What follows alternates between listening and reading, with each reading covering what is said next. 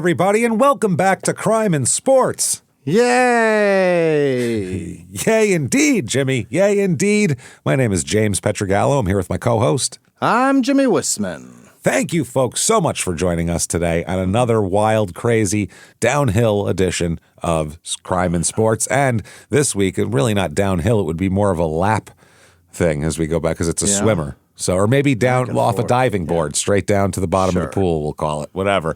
We'll get into this. Before we do, though, definitely head over to shutupandgivememurder.com. Get all your merchandise. Get all your tickets for live shows. We're going to be for Small Town Murder, that is. We're going to be in Milwaukee on September 18th at the Pabst. We're going to be at the State Theater in Minneapolis on the 19th of September there as well in Minneapolis. So get your tickets for those. Then we're in Dallas, San Jose, Sacramento, Terrytown, Boston, all over the damn country.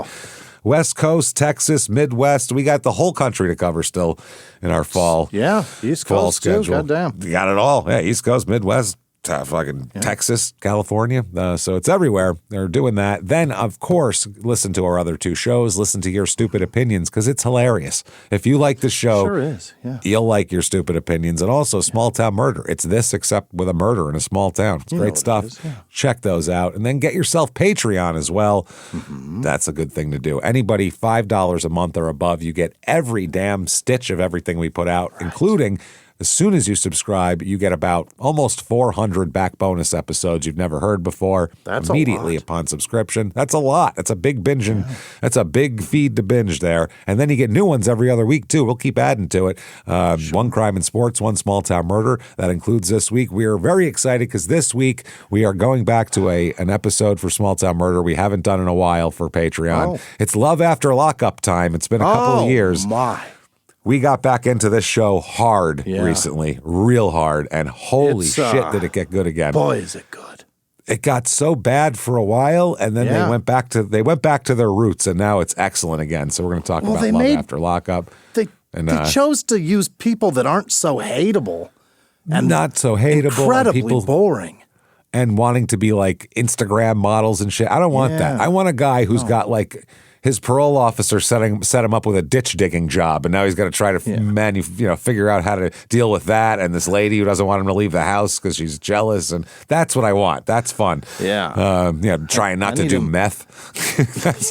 That's what I want. I need him relapsing and stealing cars. That's what I want. I'm not interested in your journey in becoming a rapper on Instagram. That doesn't on TikTok. That interests me zero. Anyway, Patreon.com. Patreon.com/CrimeInSports is where you get that.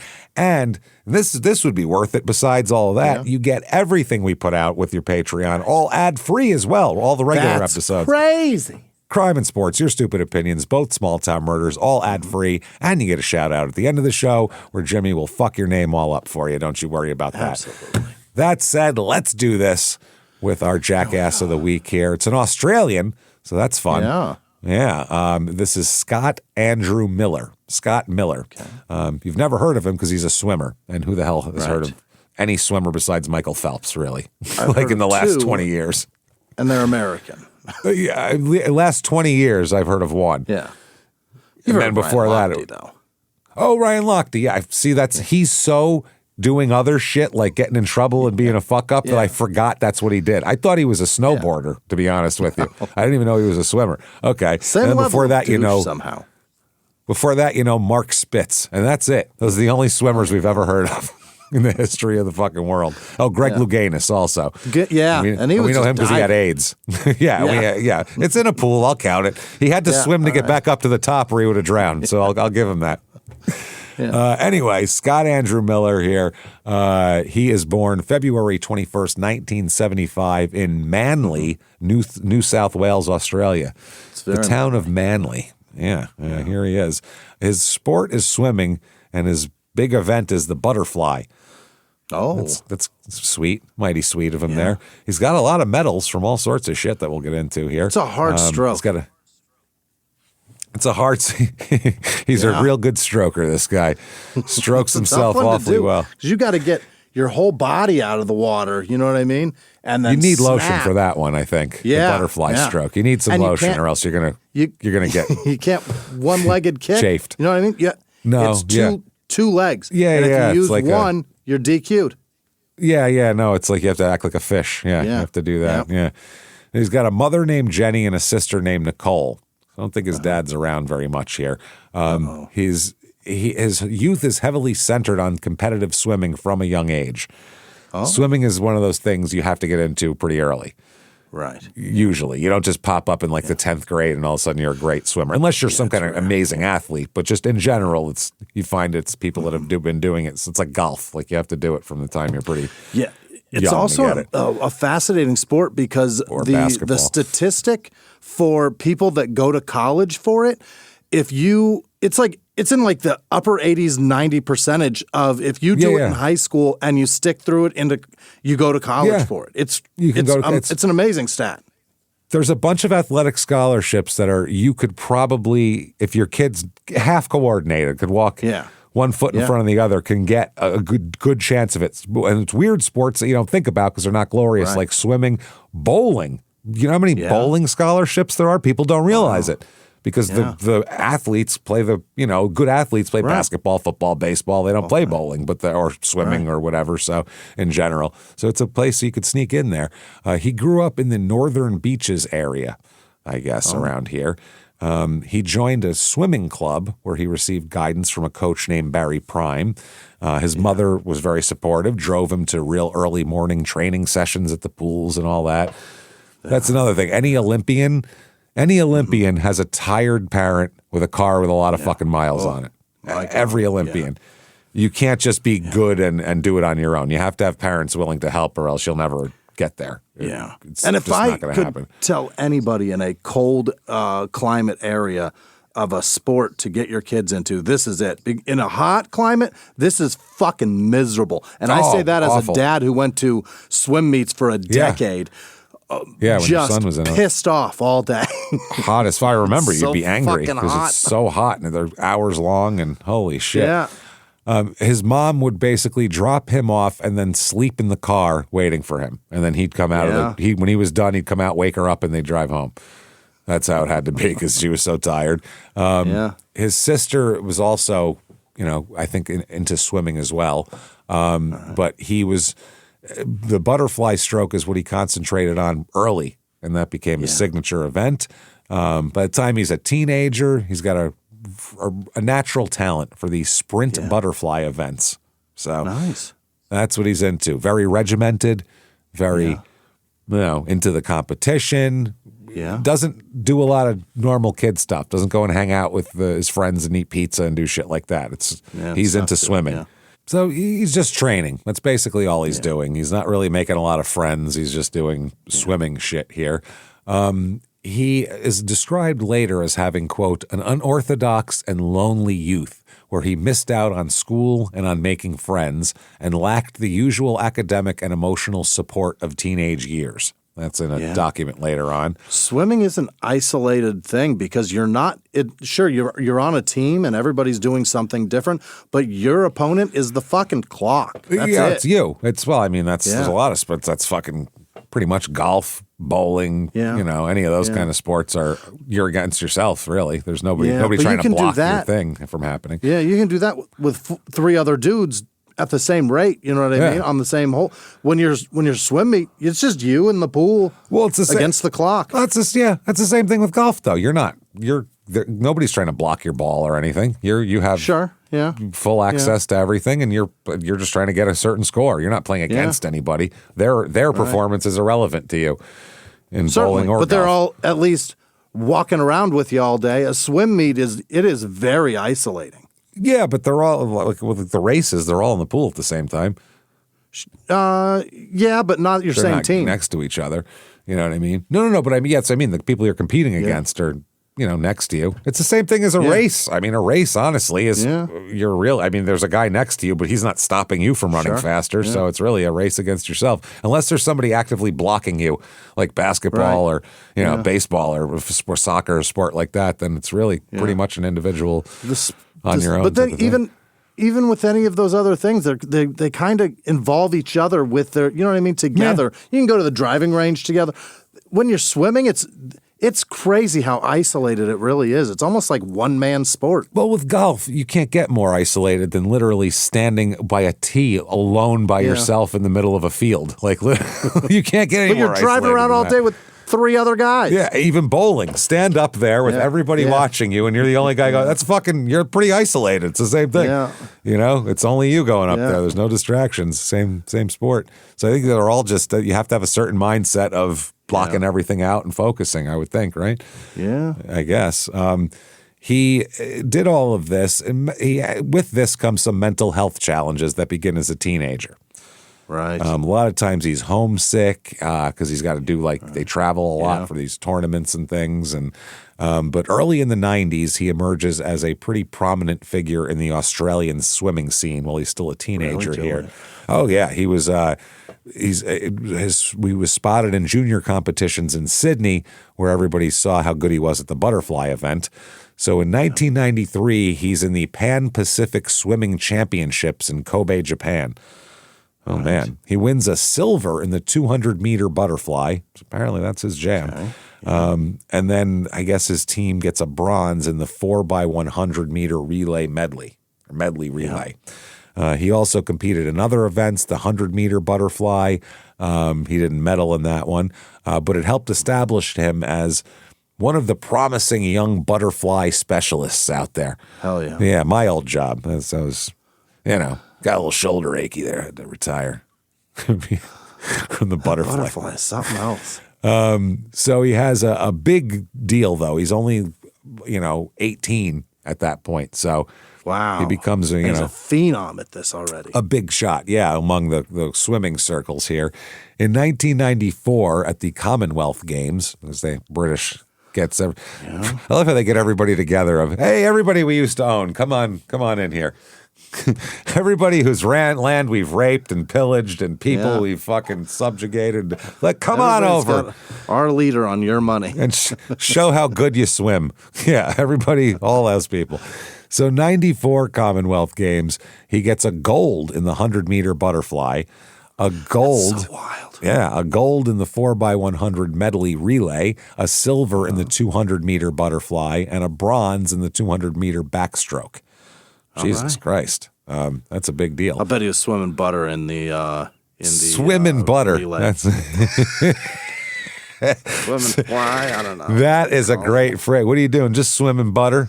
That's like burning coal or whatever they call it. Fucking training butter. I gotta put swimming butter. I gotta write that. That's something. I don't know what it is, but I gotta remember that. I think they call it swimming fly, but swimming butter. So the 100-meter butterfly, he finished in 54 seconds and 54.39 seconds. Yeah. That seems quick. That's faster than I could probably do it, I would imagine. Sounds like a long way. Across Olympic, that's a long way. 100 meters is long. It's like a football field. Swim a football field in less than a minute? That seems feet. Pretty impressive to me.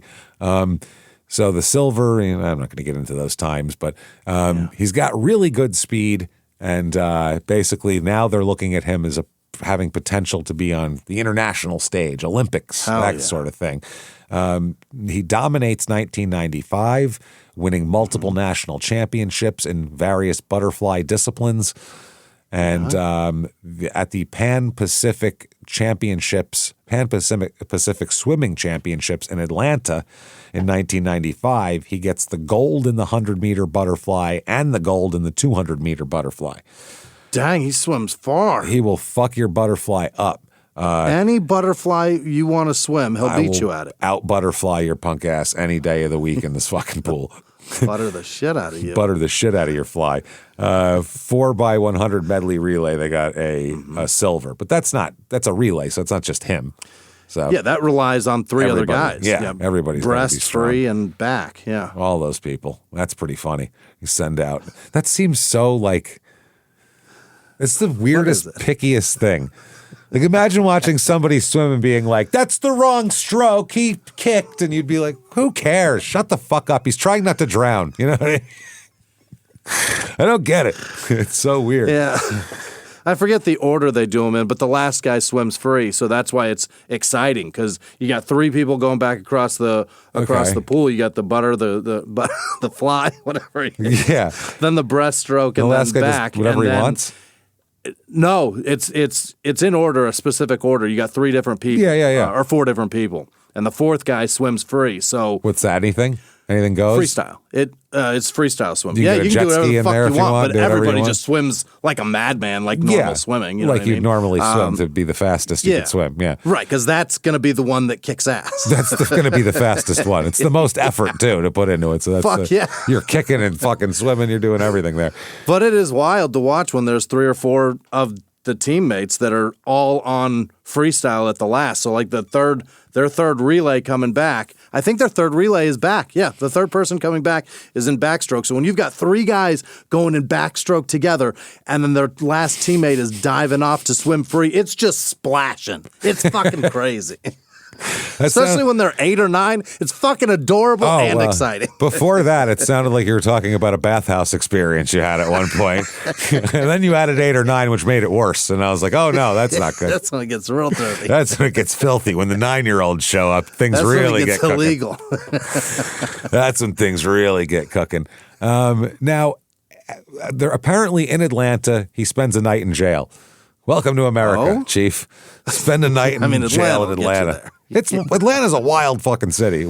If you want to get played there debaucherous, Atlanta's a good place to find it. It is there. It is. Yeah. You will just look up the Gold Club and all that shit and all the any athletic sexual scandal somehow has at least its core comes from Atlanta somehow. It's the weirdest fucking horniest town in the world. Yeah. So that night, apparently he intervened in a fight outside of a nightclub, which, fuck do you care? Stay out of it. Mind your business. He didn't learn that very American. Unless a woman got punched. Even then, I'm Australian. I'm in another country. This is none of my fucking concern or business.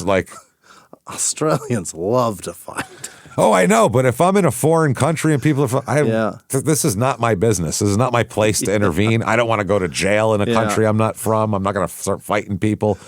So guess if you see me walking down the street in some other country, ladies, and you get punched, I ain't helping you. Don't expect me to. Yeah. On home turf, I'll protect you. I'll get in there. But in foreign land, you're on your own. I don't know what goes on over there. It's not my problem. Yeah. I don't know your due process around these parts, New South Wales. So I don't know if I punch a guy for punching a girl. I don't know if that might be more illegal.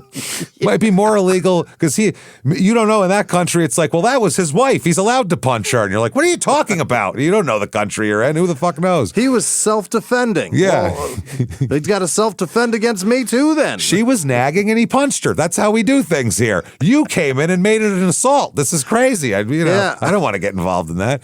I don't know. So she gaslit him. Yeah, we don't know.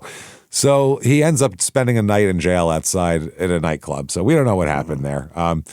Anyway, later that year, he does the FINA World Swimming Championships in Rio de Janeiro, and he earned the gold in the 100-meter butterfly, recording a championship record time of 52 seconds and 52.38 seconds.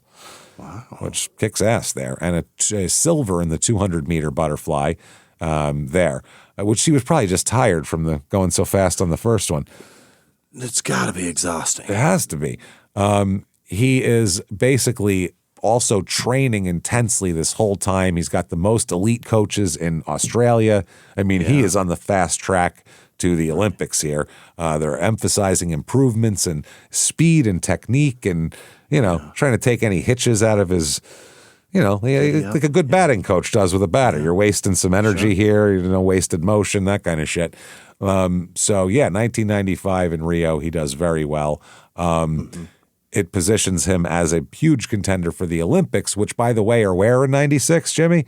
Atlanta, where he has learned a very valuable lesson. Mind your fucking business is what he's learned. Do not fight in Atlanta. So he is selected for the Australian Olympic swim team following his standout performance at the 96 Olympic trials held in Sydney, where he set a new national record for the 100-meter butterfly with a time of 52.78 seconds. And that got him his Olympic spot, which it should. It's a record. He's the fastest ever in Australia. Yeah, it's a big deal. So these Olympics here, he competed in 2 events here. He enters the games as an underdog, actually, in the men's 100-meter butterfly, which is a very competitive event, apparently. Yeah, I bet it is. He was not the favorite by any stretch, because there was the defending world champion, Denis Pankratov. Oh, yeah. Dan Tonsilski didn't make it. No, old Pankratov is in there. Obviously a hero of every young boy growing up in the 90s. I know you had like Charles Barkley poster, and then Pankratov was right next to it, right? In your bedroom. Like, there he is, butterflying away. But I guess everybody was looking at this guy as the underdog, Miller. They're looking at him as like, he's young, he's the upstart, he's pretty fast. They're like, he's a fun little underdog contender to talk about here. So in the 100-meter butterfly, Miller advanced to the finals after setting an Olympic record of 52.89 seconds in the semifinals. So ripped it. In the final on July 24th, he delivered a personal best 52.53 seconds to claim the silver medal, finishing 0.26 seconds behind, guess who? Tonsilski. Mr. Pancreatitis over here. Yeah. With Vladislav Kulikov of Russia taking the bronze, of course. Because, if you got Pankratov, Kulikov is right next to him, obviously. He's in the background in that poster, right? Just kind of still in focus. You can see him. Kulikov. Kulikov.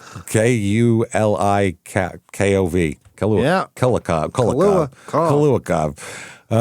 So this is he and Smirnoff together make a beautiful drink. Oh, well, you mix that and put a little. You need a slice of lime though in that, or it's not going to be as good as it could be. So the performance was Australia's first individual swimming medal at these Olympic Games in Atlanta, and showcased that Miller is kind of a badass here, because at one race he surged from behind in the final 25 meters, so got the crowd going. The crowd gets super into that swimming. Fucking heck. Bunch of guys can't see who's who. All you see is a cap and some frothy water. Oh, that's exciting. Can't wait to watch that more. If there's 8 people in the pool, there's at least 8 moms that are real excited. Real excited, exactly. Everybody else has no idea what's going on. They put the flags on their little caps because that's all you could fucking see. They should put them on their ass, too. Any of the Olympics with no. Not a fucking second of that horse shit. There's a crowd of people, James. A crowd of people. And obviously he's the best Olympian to ever live. So they're focusing real hard on every swimming event. And this enormous crowd, the only person they're zoomed in on is this fucking mom. The only one who really cares about any of this lady. Mama Phelps. Mama Phelps. Ryan Lochte's mom, not a fucking stitch of screen time, but Mama Phelps, I know what that woman looks like. She's on there the whole fucking time, I bet. Oh, my God. So Miller here, he also anchored the butterfly leg for Australia in the 4x100 medley relay final. And so they did that. They finished with a national record time, earning a bronze behind the U.S. and Germany. Nice. So he comes home with a silver medal for his own 100-meter butterfly and a bronze for the relay. I'm going to say this. Let's go Grace. He's at the Olympics. That's a big deal. He won a silver. We're calling Grace right here. What do you say, everybody? This is only downhill from here. All right. Okay. Now he gets the silver, and it's a big deal. Obviously, he's 21. He won the silver. He, he's doing great. They also said that it was controversial what Pankratov was doing. Oh, yeah. They said he swam more than a third of the race underwater, which I didn't know you were allowed to do. That's what you're supposed to. I mean, so the idea is when you don't swim underwater, like you don't get underwater and do the stroke. The idea is on the dive, you want to get, at least halfway across the pool before you come up. Because that glide, you're going faster than any swimming motion you could ever do. Well, yeah, once you hit water, you have a shitload of resistance. It's way more resistance than air. Yeah. And if you streamline, you can go further than anybody any stroke that they're doing, you're going to go further than that. Yeah, that's the idea. Through the air, you're going to go away. Yeah, you turn yourself into a missile. Yeah. He got 2/3 across the pool underwater? They said he swam more than a third of the race underwater. So I think I don't know. Okay, like I said, I didn't know that was allowed. Anyway. What is that, breast? What? That's breast? Because, you go under. Butterfly. And then this is the butterfly. Say again? It's his event, the butterfly, Pankratob. Yeah. You know Pankratov's a butterflyer. Come on, dude. He was your hero. You know this. Seems like you can't do that. You know Jordan played the 2. What are we talking about? Ken Griffey Jr. was in center field, Jimmy, obviously. Yeah. So he is pissed. Miller is pissed about his silver medal and sees it as a failure. Sees it as a huge failure and throws it in the garbage. Doesn't want it. Doesn't even. You're going to pay taxes on that, buddy. You better pull that out of there. He threw it away. His mother retrieved it out of the garbage because she's like, well, I'll put it on the refrigerator. This is crazy. I drove you to a fucking million things. I'm getting something out of this, and if it's this fucking thing, then fine. Now, there's not chocolate inside that. No. Here's something from an article that I think is hilarious because what our show is. Quote, the Australians saw the silver as a failure, and it triggered a spiral that would last decades, culminating in what is one of the biggest falls from grace in Australian sporting history. That sounds like we wrote that for the podcast description for this week. As a matter of fact, maybe I'll just copy and paste that as the podcast description. He got a silver medal and was like, I'm going to tank this whole motherfucker. And he's 26 he's 21. He's 21. A young man. Prime. Yeah. Feeling good. You take that silver medal out and you fucking dangle it right above your zipper for the next fucking 5 years, and you're going to get, you are going to be That's swimming Australian mistletoe Australian as far as I'm concerned. Yeah. Oh, yeah, you're in. So they're going to be coming from the outback for you. They're going to hopping in on the backs of kangaroos for your ass. Look for dusty blowjobs. Hunt you down. Tons of dusty blowjobs. So after the 96 Olympics, he became pretty popular, especially in Australia. Because let's face it, these swimmers, he's 21, they all are like in good shape and do everything with their shirts off. So if they're half attractive and famous, the women tend to enjoy them quite a bit and like them and want to party with them. And he's known for that. So he gets all this fame and starts to really like that fame and love the party lifestyle as well. Oh. He's not a guy who sowed any wild oats, his junior year of high school through his sophomore year of college or something. He didn't have that. He just has never done it. Butter in the pool. That's it. Yeah. It's been a butter party since day one. So apparently, he is at some point he tests positive for marijuana on a test. Oh, which honestly. And this is an obvious thing. This is not some profound statement, but anything you're doing that fucks your lungs up should not be disallowed in a swimming event. It's not making your arms or legs stronger, but it is fucking up your lungs. So there's no. Greg Giraldo did. Yeah, it's an 5 minutes on 25-year-old joke. It's stupid. Yeah, about how it's like it shows that you can still be the best Olympian ever and smoke a little weed. Yeah, because Michael Phelps did that. And then there was that snowboarder they caught, and that was like, obviously, duh, he's a fucking snowboarder.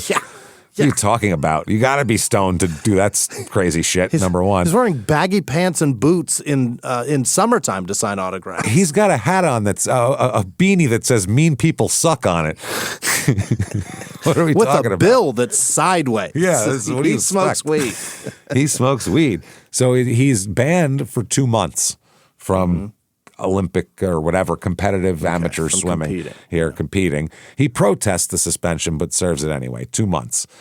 So November 27th, 1997. So just over a year off of his, fame-making victorious silver medal here. He is now contesting an allegation of drug taking. That's the marijuana here. He said it was a test made some months ago, this is his attorney, when he was out of training with a shoulder injury. We'll be defending it vigorously. Does that mean he should be able to just smoke weed while he's got a shoulder injury, I guess? Maybe? He wasn't even competing, therefore it doesn't matter so what who cares what he was doing? And that was from 2 months ago. Test him now. Yeah. The Olympic Australian Olympic Committee President John Coates said that 3 athletes returned positive tests for banned substances, but gave no further details. Earlier this year, Miller was expelled from the Australian Institute of Sport for missing too many training sessions. So he's been fucking off and partying a bit here. Yeah, he's smoking weed and sitting on his ass. Yeah, so that's what's going on here. I guess he's got what the paper calls a, quote, niggling shoulder injury. That's a very British word there. That is not a word you'd throw around in America on a regular basis. No, sir. After he said the injury came after intervening in the fight outside the nightclub. So it has ramifications. This is why you mind your own fucking business. Yeah. Yeah. And in a nightclub, too, you don't know anybody's relationships. You don't know what they're on. You don't know what kind of weapons they have. Stay the fuck out of it. Precipitated this. Yeah. You're in a nightclub. Guess what there are there? Bouncers. You see somebody hit their girlfriend, go get that big beefy guy who's been waiting to beat the shit out of somebody for the last 3 days because that's his only job. It's boring otherwise. Yeah. Otherwise, it's boring. He's sober and can negotiate this and understand when it's time to punch people. Fuck yeah. Plus, when you're a bouncer, your job, I did this for 2 years, your job is to stand there and watch everybody. So when you're watching everybody, you're picking out who are assholes. You can see it. Yeah. It's that guy's overly drunk. That dude's an ass. Because you're waiting for people to fuck up. You see a guy. That girl's with him but keeps touching all these dudes. That's going to be a problem. That's going to be a problem. You're literally waiting to see if events come forth and shit like that. Sizing it all up. You notice these people. So the bouncers probably noticed this guy. Go tell them. What are you getting involved with it for, swimmer guy? What are you doing? You're going to have an injury that does some horrible things. No shit. So upon returning from the suspension, he attempts a comeback, competing in a select domestic meets, different ones, but fails to achieve any real results. He's kind of sucks now. So Miller says, 97, 98, I was trying to do both, be a party boy and a swimmer. A party boy. Did this injury just ruin everything? I'm a little party boy. It seems like the Olympics ruined everything. When he showed up and people knew who he was in the rest of the world and people wanted to interview him, he was just like, this is great. Because those guys get invited to like really cool parties too. Like I believe that. Celebrity parties and shit like that. Like he was, that could overwhelm a 21-year-old very easily. Oh, yeah. I would have been a monster at 21 if I had any of that. If you gave me any sort of praise for anything. If we had what we have now, the equivalent of a Netflix show, when I was 21, I would have... In 2001? I would have killed myself somehow. Whereas now we just see it as a burden. Now we don't sell. We literally see it as, oh, for fuck's sake, we got to record so many of these.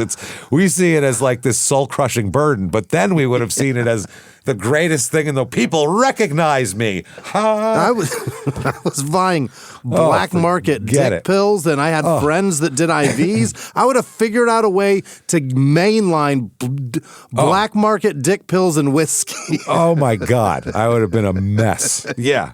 I would have been just awash in women and weed smoke. It would have been disgusting. Horrifying. A rock hard boner and whole time. I would have had a driver everywhere. A rock hard boner that you're too drunk to thrust. That's what would have been your problem. Too drunk to beat. Beat, thrust, do anything. Well, shit, we're assuming things are going well, so you've got live women near you. Yeah. So he said, money gets thrown at you and things quickly change. Yeah? Yeah. He said, you go to things and you don't know why you're going to them. You're doing it for someone else. His best friend at the time, an Olympic gold medalist named Chris Feidler, he says, following the 96 Olympics, Miller was a superstar in Australia and not just in the sporting world. So he became a mainstream guy. Yeah. You know, our athletes here, usually the gold medal winners do become semi-mainstream, especially if it's in an event that anyone cares about. Think of Mary Lou Retton or people like that, you know what I mean, who became major celebrities, and you know, Nancy Kerrigan, I mean, that was only because she got her knee beaten in, but still. Right. Ice skaters. It's fascinating, too, how they become these big names, and you always recognize the name, but the money stops at some point. I think Mary Lou Retton died fucking broke. Yeah, no, the money stops at some point. At some point, there's no more... the mall openings dry up after all that shit. Like all that goes downhill till we get to like nothing here. Now, a lot of these people do is they parlay whatever their sport is into having some training center where they overcharge parents who feel guilty because they don't have the time to spend with their kids, so they buy them training instead. And they unfortunately didn't bestow them any athletic prowess, so they at least put them in front of somebody that did. Which is why their dad's a hedge fund manager, not an Olympic swimmer. And, So anyway, this guy said that it went crazy. He said you couldn't walk down the street without someone recognizing him. If you went to a nightclub, he wouldn't be waiting in queues. He became a mainstream, like a movie star level celebrity, which will fuck up. And this happened literally overnight. Yeah. If he swam 2 seconds worse and came in fourth, none of this happens. Nobody knows about him. Nobody cares about him. Literally 2 seconds later, nobody gives a shit who he is. But because he was 2 seconds faster, the world loves him. So that's tough. He, like we said, he was dismissed from the training center for missing training sessions. And basically training doesn't become his primary objective anymore. No. 1997, he was named, I don't know what Clio is. Maybe it's a magazine or something. Clio Bachelor of the Year. That's great. Bachelor. Imagine in your country of origin. Yeah. You are the Bachelor of the Year at 22 years old. How many STDs would you have had? Holy. My dick would have fallen off by 25, just rotted away to nothing probably. I wouldn't have known how to control that.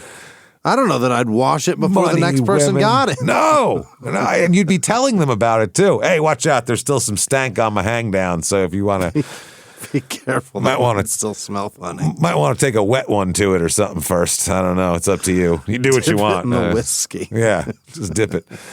Then he meets his soon-to-be wife, the fashion editor and future host of Australia's Next Top Model, Charlotte Dawson. So hot, in other words. Yeah. Hot. This, because now he's in a celebrity relationship, makes him even more famous now. Now he's half of a power couple. Oh, it blew him up, man. He's on magazines, New Idea, Women's Day, Clio, the couples everywhere. They're the hottest couple in Australia here. Miller said he saw her as a strong woman and she proposed to him. Really? That's a strong move. He said, though, that he wasn't in it for all the right reasons at the time. What does that mean? I think he was just in it. He was in it just for the power couple part? Either that or, he doesn't like her that much, but she's hot and famous and, makes him look pretty cool. So I can get 12 of you. Yeah. I mean, hot, famous people are usually assholes. So generally. You know what I mean? They don't ever have to not be assholes. So it's a tough life for them, especially women of that time, because they've always been treated wonderfully by everybody. Everybody, can I get that for you? Can I do that for you? Everybody's trying to help them and do things for them and all that kind of shit. Whereas hoping that they'll touch something on them. Yeah, at least even if you're a handsome guy, at least all the guys still treat you like shit. The girls might like you, but the guys don't care. They might treat you worse because you're handsome. Look at you, you handsome fucking loser. You know what I mean? They want to beat you up and shit. Make you less handsome and call you. But gals do that too, right? Like women get. Yeah, but there's also she thinks she cute shit. But they cower also from them. All right, that's the other thing. Don't yell at me. There's the women handle it many different ways. Who knows? But I think it goes many different ways there. So now there's a broadcaster named Alan Jones, and he was a mentor of Miller and Fiedler or whatever his name is, his friend. I guess they were living in a warehouse that Jones owned so they could be near the training base at Sydney University. The two swimmers were living in a warehouse. Miller says Jones had become controlling and even pushed for a change of manager as well. So this guy is like a mentor and he's telling him what to do. And he's saying he wants him to change managers to Harry M. Miller. And Scott says that cost him money doing that. Oh. So the wife, Miller said, quote, Charlotte didn't take any shit from him, meaning this guy, the mentor guy. And he said it made her even more attractive to me. She wouldn't let him control me, whereas prior I felt he had this control over me somehow. For whatever reason, I just saw it as a way to fix the situation that was becoming uncomfortable. What's he going to do? So 1999, he marries this Charlotte woman here in April of 99 in a huge, this isn't a hidden wedding. This is a Taylor Swift wedding here. A lavish, high society thing. At the Sydney Opera House. Huge media attention. I wouldn't be on top of it, so you could see it from sea. On the roof. So everyone can see. They stood on one of those peaks of that thing that comes off the side of it. That way they can line the boats up, the yachts, like they do in the islands for New Year's Eve. You know what I mean? All the billionaires go to Malta and shit, or wherever it is. Amalfi. That's where they go. Sorry, not Malta. Oh, the Amalfi Coast. Yeah, they go there and dock their shit. So, anyway, this is a big deal. She's a TV star. He's a national sports hero. Mm-hmm. Big deal. People are fascinated with them. They're the big glamour couple. In 2000, here, the Sydney 2000 Olympics here, he's tried to get back into Olympic shape. Yeah. And get his shit together. Now, when he first met his wife, he wasn't really swimming much. He was partying and had an injured shoulder and was smoking weed and all that. But now he's got to go back to full-time swimming mode, and he wants to win the gold this time. Yeah, you got to represent your country on your home turf. You got to right the wrongs. Yeah, it's the Sydney Olympics. He trains intensely, but at the national trials, he has subpar performances and finishes outside the top 2 in the 100-meter butterfly, therefore not qualifying for the games. There's 2 other guys better than you now. Yep, Michael Klim and Jeff Hugel have overtaken him. With ugly names like that, they'll never be national celebrities. So he's can't let Jeff Hugel and Michael Klim with a K. Klim. They both sound like they're trying to clear their throat. They're not fucking any models, so they have to concentrate on swimming. They don't have any parties to go to or anything like that. Even if they win with names like that, they might not get any trim. That's what I mean. Jeff Hugel's here, everyone. Everybody's pussy's dripping now. Jeff Hugel just walked through the door. Drier than the Outback when Michael Klim comes through the door there. Does it feel like there's an Olympic-sized swimming pool in your pussy? You're so wet. They snap shut when Klim walks through that door. Holy shit, like a bear trap. Yeah. No clam for Clem. Yeah. So Scott says about his marriage, quote, when the focus shifted and I wasn't the handbag, when I wasn't keen to go to the opening of an envelope, she didn't know how to handle it. Oh. Because he was her arm candy, and now he's like, I got to train. And she's like, there's an event tonight. There's some awards thing. And he's like, an envelope's being opened. Yeah, got to swim, babe. Don't know what you're talking about.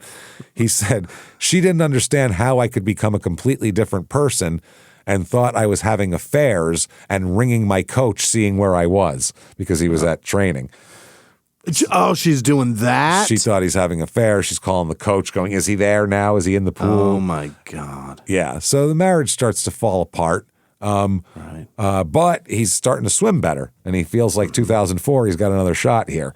Right. So that's good. He's concentrating. Then he's walking down the stairs in like flip-flop shoes there, and he apparently slips and falls and broke his foot. Oh, no. Apparently here. Yeah. So that's a problem. He's unable Those are so popular, just wear all over the place. I can't in the imagine summertime, that. especially in Arizona. It's the Mandels epidemic is crazy. I've gone over this 20 times. Put your fucking feet away. Guys, it's just there's not a human on earth it's that growing, wants to see your fucking feet. Oh, it's everywhere. They wear them everywhere now. I don't want to see your feet. I'm in the grocery store and I'm like, I don't even want what I had picked out already because I'm disgusted by the fucking your hairy man feet. Are out. Fucking put your feet fucking away. Dogs away. Put them away in public. In your house, go crazy. In public, put your fucking feet away. Nobody wants to see them. Go do your landscaping. Ugh. Fuck around by your pool. Do that with your fucking toes out. What kind of a fucking man are you? What if something happens? What if there's somebody tries to fight you or something? You're going to slip around in your flip-flops trying to fight him like a fucking asshole? What if there's a fire or there's a mass shooter and you got to rush your kids out of somebody flip-flopping away? Put some fucking sneakers on so you can do things in the world. What if there's some stairs in your day? Miller just found out. Fucking insane. So he breaks his foot walking down some stairs. And I blame the shoes completely. Deserved. 2000 comes and he gets a divorce. Oh, no. He's been married. Marriage lasted less than a year. Ooh. Yikes. He, during this, though, he definitely got a lot more connections in the entertainment industry and all that due to his wife. He's been at every party. He's been at every awards. He's been at everything. She's hot. Yeah. He blamed the marriage breakup on his failure to make the Olympic team. Like she was like, oh, you're a loser now. I think. His inability to navigate stairs. And couldn't quite get down those stairs. Maybe it's his fucking footwear. Maybe you should put some goddamn shoes on and she would like you more. I might get the ick if the girl I'm dating tumbled downstairs. I think I'd feel bad. For a woman and your guy is like an athlete and you're looking at him a certain way and he can't even walk downstairs and you're like, yeah. If we're like a power couple and we're like the best people this country has to offer and I watch her tumble downstairs, I might be like, maybe there's someone better. I'd find it kind of endearing, honestly. I don't know why. I'd find it kind of cute. You can't do that. My God, it's adorable as I scrape her up off the floor. Look at that. Look at you. Clumsy. That's funny. You're bleeding. Let's get you to the hospital, honey. Come on, let's go. So he moved to Melbourne now. Yeah. And starts working as the Saturday night resident DJ in the Heat nightclub at the Crown, or at Crown. Oh, no. This is going to go well. He's not going to be taking fucking Molly and getting 2 blowjobs under the fucking turntables, is he? I don't think so, right? At times he's early to the douchebag party, though. He is. He's cutting edge of the douchebag culture. He's joined by the actor Daniel McPherson often. I don't know who that is. He's Australian, I assume. Is he not famous? That feels famous. I mean, there's Elle Macpherson. Maybe that's what I think. Maybe that's the McPherson. Yeah. Otherwise, we don't know a lot of Australians until they start doing American movies. Really. Around that time, he started designing jewelry. All right. And met television presenter and actress Holly Brisley, whom he dated for a little bit. Okay. So he's still trying to stay in there. He said his DJ career started with friends from Manly who used to mix house beats. And, he did that. He even hosted a gig at the Sydney Olympics where Dawn Frazier and Michael Klim hit the dance floor. So Michael Klim is in there. So he's a party guy, Michael Klim. The guy that beat him. The guy, the Klimster there. Then the injuries keep happening. Mm-hmm. In 2003, he snaps his Achilles.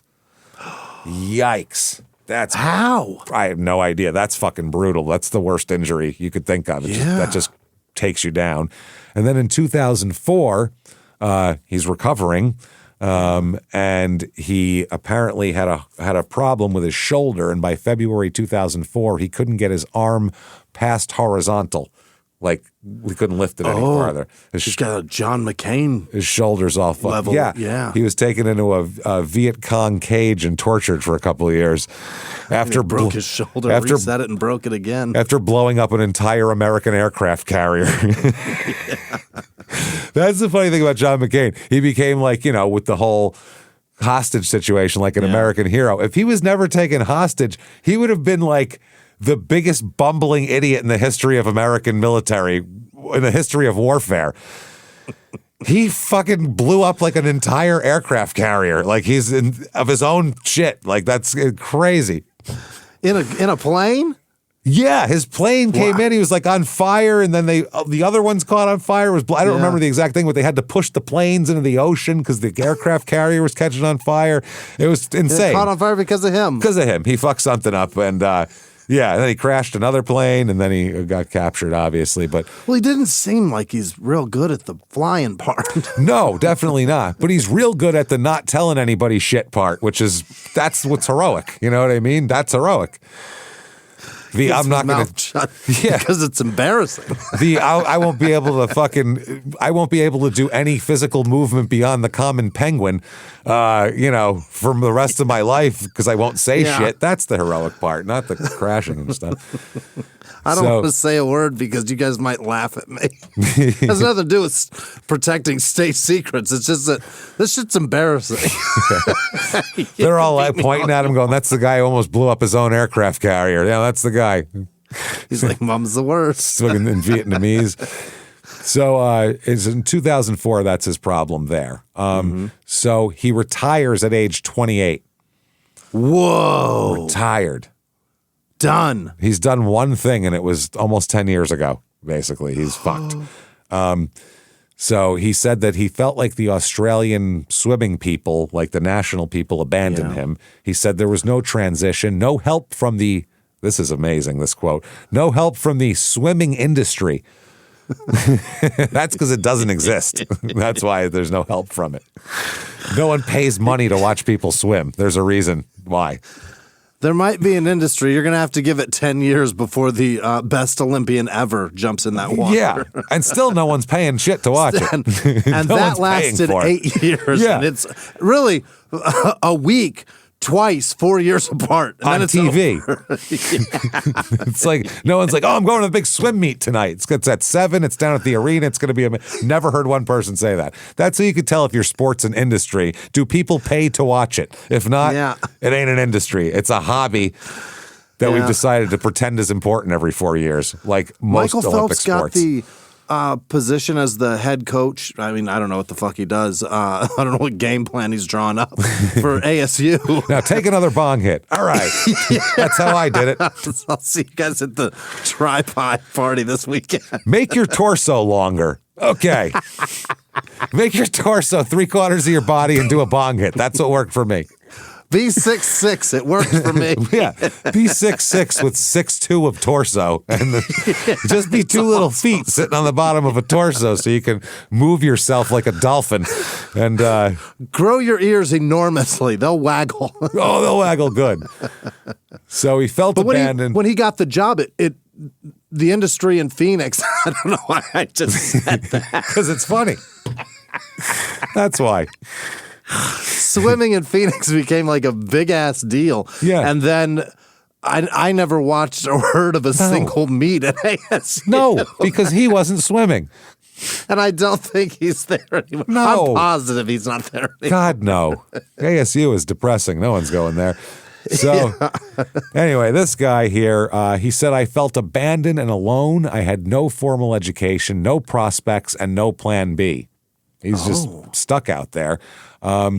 He says that also his friend Feidler says that at the time, the AIS, the Australian swimming people, weren't always turning out well-rounded humans. He said they got really good at developing athletes. The science was really solid. The coaching was really, really good. But the focus on education or focus on what you're going to do after swimming just disappears. Yeah. So he said that Scott was not forced to go to school, and so the education piece just kind of fell away. Right. Now, by the way, in 2021, the Australian Sports Commission acknowledged former practices undertaken at the AIS were harmful and made a formal apology to the people that have been hurt by it and established a restorative program for athletes. So they decided to try to help these people. Okay. Like when the NFL set up the NFL Players Association and the team set up the Veteran Players Fund, so you give the guys from the 50s who can't fucking walk a couple of bucks every month because they never got shit. He said, we know athlete well-being is central to performance, and the commitment to win well doesn't stop at retirement. They said, throughout our high-performance arm, the Australian Institute of Sport, we continue to invest in practical support for athletes before, during, and after transition from high-performance sport. Now, one of the things that a problem with is Miller is having trouble with his mental health at this point. Mm-hmm. He says idle time is dangerous for an athlete, and that is kind of depressed because his body gave up. So someone who's depressed. An athlete who can't do it because they're hurt anymore gets depressed generally. That happens. And he's saying that that's what causes, because obviously there's no physical contact in swimming. So he's saying that's what the mental health is. He said he couldn't do it anymore. And it's a tug of war. Well, your whole life is ruined now. Since you were a kid, you've had one identity. And now it's over, and you're not even 30 yet. You don't even have that time as an adult. In your 30s, you start to realize, okay, I'm getting older. I'm going to die soon. I'm going to look like shit soon. I'm going to, you start getting that geared up. In your 20s, you don't even think that it's ever going to happen yet. Wow. So to be washed up at 28 is probably a pretty big shock here. He said, quote, "I was filthy on the world."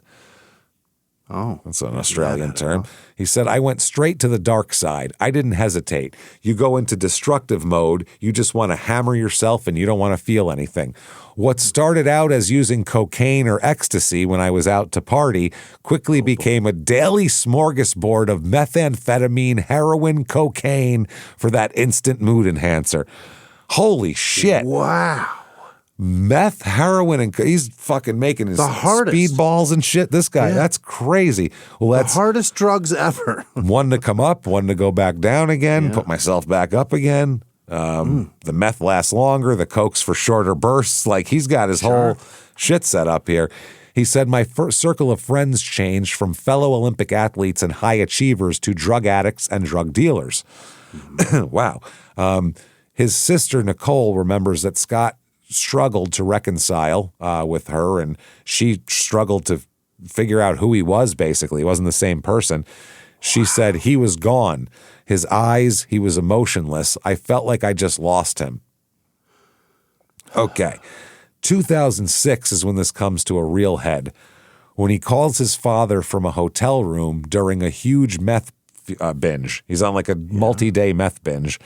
And he called his dad in the midst of it. He calls his dad, and when his dad arrives, he calls his dad to come there and help him. When his dad arrives, he had swallowed a bottle of pills, so they took him to the hospital. Okay. And he said this was an absolute cry for help. Like, he had to show his dad, "Look at the mess I've made," basically. "Make me clean it up, please," type of thing.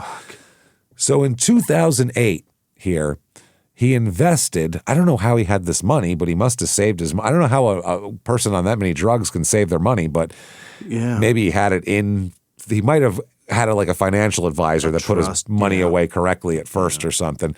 He invested approximately $1 million, secured by remortgaging his parents' home. So no, that's where he got There's how you got it. into a company participating in the Australian government's home insulation program known as the Pink Bath Scheme. The initiative's what year? 2008. The initiative's abrupt termination later that year led to huge financial losses for him and his family, obviously. Because, the 2008 crisis wasn't just here. I don't know if it got to Australia, but it was all over. Banks were closing. It was a problem. April 17th, 2008, Miller is in hiding now. Uh-oh. He's in hiding. They say Olympic silver medalist Scott Miller and the son of Wallabies legend Ken Catchpole are facing criminal charges after police raids allegedly uncovered drug manufacturing equipment. Oh, he's making drugs now. How do you get your money back? You lose it all. Sell meth. Yep. Police allegedly found a pill press capable of producing up to 27,000 pills an hour. An hour. That's a fucking factory. 27,000 pills an hour? Does fucking Merck put out that much product? Like, that's... I can't. That's and that's like 30 at a time. Yeah, 27,000 an hour. I can't even do the math of that. It's so crazy. And a professional tablet counter they had too, so they could count tablets professionally. And they also searched a storage facility there as well and found some shit. So they arrested Miller and allegedly seized capsicum spray and steroids.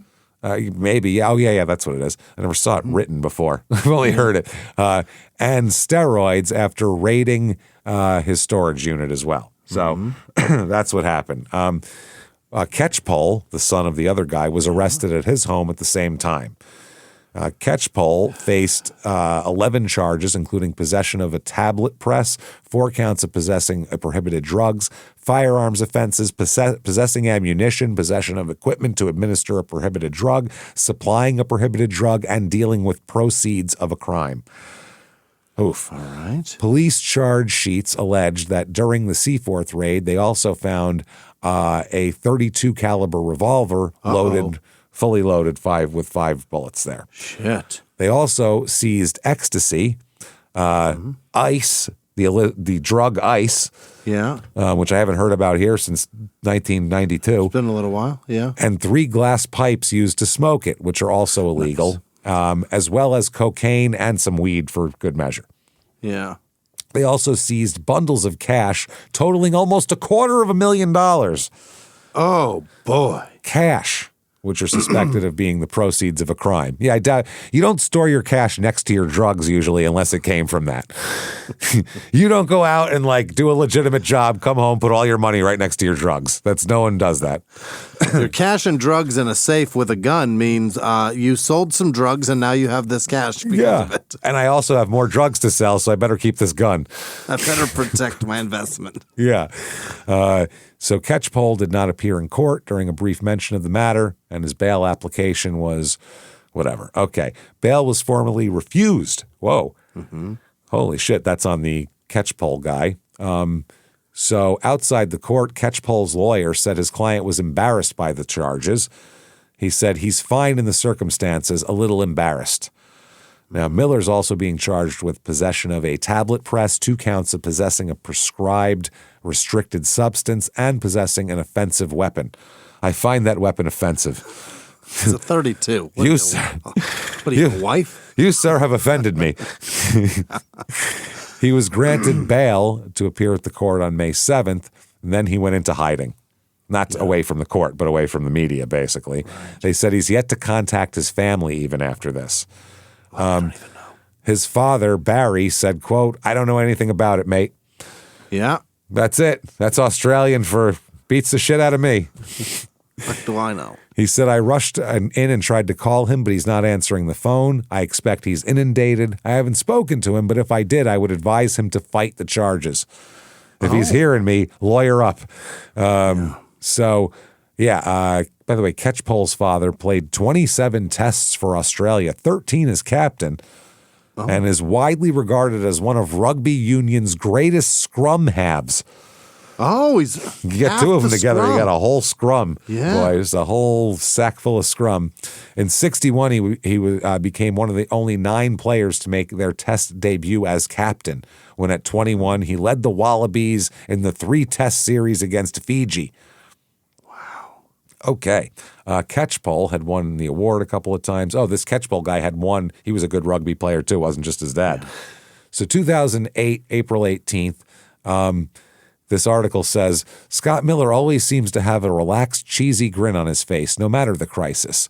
And the former swimmer has had plenty of headline drama in his 33 years. As police raided his flat in Sydney on Wednesday, Miller sat on the steps smiling and patting his dog. Well, I'll figure this out. The same day, police found a pill press, obviously, in a storage unit rented by his mother. He had his mother rent one, and he put shit in there. That's where she's got to know, right? The counter and the pill press were in there. They also raided Catchpole's opulent home in Sydney's north, seizing the pistol, the ecstasy tablets, meth powder, $224,000 in cash. All that shit. They're both charged with everything. When officers arrested Miller at his small apartment, as opposed to the opulent place that the other guy was arrested, they found steroids as well. They charged him with all the things we talked about. It was believed that Catchpole said he had a gun because of threats sparked by a dispute. You know, when you're a major meth distributor, that tends to happen, or whatever pills you're making. However, a police source said the pair had been under surveillance, and the raid was linked to another Australian federal police drug bust about 6 weeks ago, where someone told on them, obviously. Mm-hmm. Late yesterday, Miller was at home smoking a cigarette with a gray-haired man. When asked about the raid, he glared back, saying, quote, "Go away, this is private property." I love it. His friend said, "He's all right, he hasn't done nothing wrong." He's all right. He ain't done nothing wrong now. He's just fucking. Out here smoking cigarettes, telling everybody to get lost. He's making pills. He's all right. Fuck off now. Go. That's it. He's been a popular figure on the Sydney Northern Beaches scene. Well, yeah, he's got all the drugs. Of course he has. Yeah. He was even a contestant, apparently, on a pilot boxing show titled Celebrity Tough Guy. What is that? Celebrity boxing, except Australian style, where you have to fight like a wallaby first and then a kangaroo, and then you get to you fight a celebrity after that. They said he's been trading horses interstate, has part ownership of several horse races, including including a Mooney Valley winner, Krazelberg. Okay.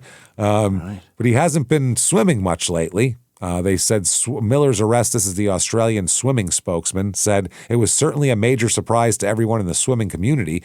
We have not seen Scott around the pool deck for several years. Don't blame us. Okay. Yeah. We don't know shit. So he was most recently seen celebrating Catchpole's 40th birthday 3 months ago at a surf club party featuring dancers, fireworks, and a vast buffet shared by scores of celebrity guests. Okay. When the club closed at midnight, Miller led the crowd to a friend's house at Palm Beach where they danced until dawn. Yeah, meth will do that. Ecstasy, he'll party. Dance all night? Yeah, that's interesting. His father, Barry, said, I don't know, I know nothing about what he's up to or anything. He's into horses. He breeds horses. Okay. His mother said the storage unit was in her name only because she helped organize Miller's furniture when he moved to their home for 12 months 2 years ago. So she's like, I rented a thing for the furniture. I didn't know he was going to put a giant pill production, operation in this fucking shit. This is crazy. He also, she said she didn't believe her son was involved in anything illegal. She said, he's into horses. Everything has been related to the horses. Mark Catchpole is just someone he's known for 20 years. So we're giving meth to horses? Maybe. That's why they win so much. Who knows what they're fucking doing. You better have the fastest horses at the track if you're feeding them meth. Oh, shit. So he is in hiding. In between being arrested and let out on bail, he doesn't go away, private property. He is, it's hard to find this man. You know what I mean? He has turned into a recluse here, basically. Yeah. He's in his house. The reporters don't know where he is. No one can find him except for one man. Miller over there hears a knock on the door. He puts his cigarette down for a moment and opens the door, and it's Vince McMahon, a former whatever the fuck of WWE, and he says,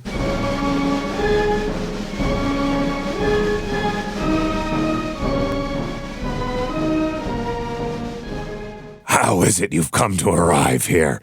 You're beautiful. Look at you. I love it. You're an athlete. But you've been injured in your primary sport. That's where I get all my guys from, see? That's good, yeah. What you do, and you're already on the drugs, so I don't even have to, you don't even, hey, everybody, he doesn't need any. He's got his own. 27,000. Matter of fact, I know some guys, pal, that could use a little of the stuff you got. So if you could, maybe pack up 27,000, maybe 3-4 minutes of those pills and, pack them up in the car with me and we can float across the sea. See, we're going to get there. We'll be huge. You had steroids too. You're on the right path, young man. Get in the car. We'll get there fast. Get in the car. We'll get there fast. We'll kill an old man. Who cares? Let's go. Come on. Dexter, I don't even want to hear it. I'm getting this and we're going out. Let's go. Poof. And in a cloud of IPO slips and 1099s, he disappears and he's gone. And Scott is very disappointed because he was excited about this very exciting opportunity before him to hang out with Vince. And he decides, well, I guess if I don't have that, May 7th, 2009, he pleads guilty to drug charges. Uh-oh. Yep. He admitted he giving his friend Mark Catchpole 12 ecstasy tablets as a birthday present. Happy birthday, mate. Hey, y'all. Hey. He pled. Eyes on me. Hey, he pled guilty to this offense of supplying ecstasy. here. Now, Catchpole was sentenced to at least 5 months periodic detention last month for weapons charges, arresting from the same investigation. Apparently, they've dropped all these other drug charges and made a real sweetheart deal with these guys. Police intercepted a mobile phone call between Miller and another man on January 12, 2008. That was another guy that they were investigating, had his phone tapped, and they caught Miller up, and they were like, let's look at those guys. Yep. So Miller and the man spoke about Catchpole's birthday party. They said, in part, the accused said, I gave him a dozen flips yesterday. Happy birthday. Flips are ecstasy tablets, apparently, in his world. Miller was arrested after they raided the storage and did all that kind of shit. Officers and all the other shit they found here, they said that these proceedings marked exactly 1 year since his first court appearance on these charges. 4 drug-related charges have been withdrawn, including charges of possessing a tablet press. The court document said there was no evidence that the pill press, which had been moved from one storage unit to another rented by Miller's mother, had been used. Okay. What? Okay. They said there's no evidence from police surveillance footage on the storage units that between late April 2006 and April 2008 that the pill press and pill counter were used to produce any prohibited drug. They certainly bought it. Okay. The remaining 10 offenses, along with the ecstasy supplier matter, will be dealt with later on in sentencing here. September 3rd, 2009, is he going to jail here? That's a good question. He pled guilty to that, and let's find out here. He gets, here we go, you, sir, may fuck off 2 years probation and 100 hours of community service. For having the ability to make pills. Ability. Well, the thing he pled guilty to was supplying his friend with 12 ecstasy tablets. That's what he pled to. All the rest of the shit got dropped. The judge said that this injury strangled Miller's career and he became depressed and turned to drugs to help relieve psychological pain. This is the judge talking, not the defense attorney. The judge said that despite confident police work, more than a year of scrutiny of Miller was a fizzer because it produced no evidence that he was involved in large-scale drug dealing. He said the swimmer did share drugs with like-minded people. Outside the court, Miller said, quote, it's been a very hard time. My family has suffered, my grandparents particularly. I'm just glad it's over. Legal bills have to be paid, and Miller had to save his parents' house at this point. So now he's got mounting legal bills. Yeah. His parents' house is underwater, basically money-wise, and they just took his pill press. So what do you do? Sell your ass, I guess, huh? Well, close. Yeah. For 3 years, he helped run an escort agency of several women. Sell somebody's Sell ass. a woman's ass. Yeah. Nobody wants his ass anymore. No. He said, quote, I might have saved the house, but the lifestyle I was leading and the environment I chose nearly killed me in the process. What the fuck, man? He said drugs and escorting go hand in hand. In the end, it was just too much. I will say this, he has had a fun life. It's been funny. It's been fun. He had a good time, I'll tell you that much. How old is he? He's not even 30. In his 30s, late 30s at this point. He's born in what, 75? So okay, yeah. Almost 40 at this point. Wow. 38. I mean, Christ almighty. So he's all into drugs and everything else. Yeah. Then June 18th, 2013, a police search at a property here in Mascot. They allegedly found methamphetamine and $17,000 in cash, and he's arrested. That's not good. Yeah. So he's granted bail about a month and a half later, basically. He spent, only more than a week in jail. Okay. And he vowed to get help for his drug addiction. Great. What about your pussy addiction? Because I feel like you're into pussy, too. I feel like you're into a lifestyle that's women and drugs and all that shit. But he hasn't said that he's had a drug addiction problem, really. It's just mostly that he's a salesman. It's just that he's been doing it constantly for 20 years. That's all. But he's not, he doesn't have a problem or anything. It's a problem. So he appeared in the court, and he has been in custody since they found They searched him in Potts Point about 11 p.m. on Saturday, July 20th, and found 7.75 grams of methamphetamine. So this is a different different thing. So that's 2 drug busts in less than a month, allegedly or apparently by my reading. So he was taken to King's Cross Police Station where he was charged with supplying a quantity of a prohibited drug, and he was on bail for other drug charges from the last month. Okay. That's not good. His lawyer told the court that drug analysis may show a lesser weight and that Miller would be prepared to plead guilty to possession. Sure. He said Scott needs rehabilitation. He's got a few issues that need resolving, and he thinks that drug rehabilitation is right for him. He certainly denies that he's a drug dealer. He sells pussy, not drugs. Don't get him wrong now. He said that his lawyer said that Miller is more likely to change his ways now because he realizes, quote, he's run out of chances. Yeah, I'm all out. He's not the Playboy of the Year anymore, and he's got to fix his shit. I'm out of chances, but I still got pussy and coke. I still got a bunch of meth and pussy. I mean, He's pleased and confident that he'll turn his life around. Pleased? Mm-hmm. That's a weird way to put it.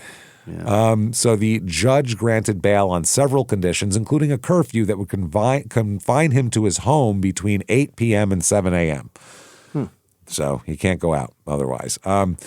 They said that Miller's need for liberty in order to go into rehabilitation outweighed the prosecutor's concern for him reoffending, even though he's had two offenses in a month. Right.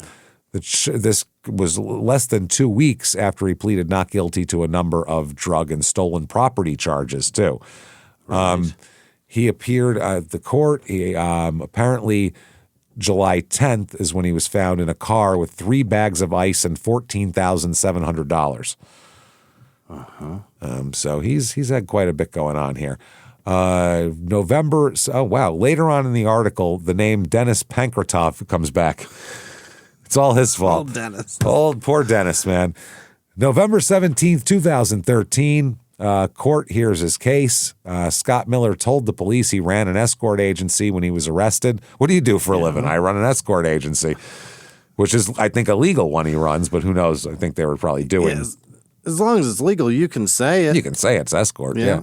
He pleaded guilty to drug possession, but not to a charge of having goods in custody. Mm-hmm. So they have withdrawn the charge of drug supply. So they charged him with dealing in order to get him to fucking plead, basically. He pleaded guilty to 3 bags of methamphetamine from his car. So, yeah, with all the cash and all that, along with, by the way, scales, a ledger, and several mobile phones and a bunch of different SIM cards.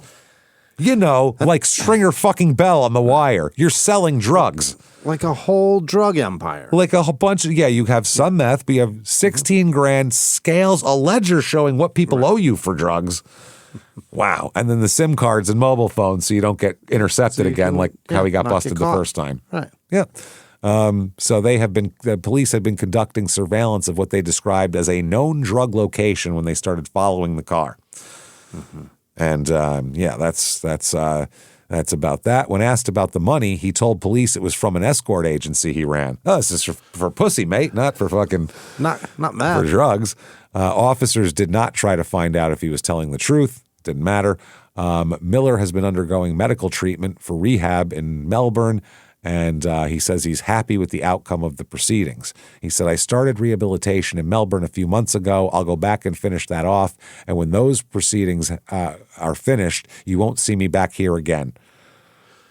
And he said it was hard to watch the footage of his arrest in court as they played the body cam footage. And he said, yeah, that was tough, very tough. Yeah, I've come a long way, and I'm not going to go back to that sort of life.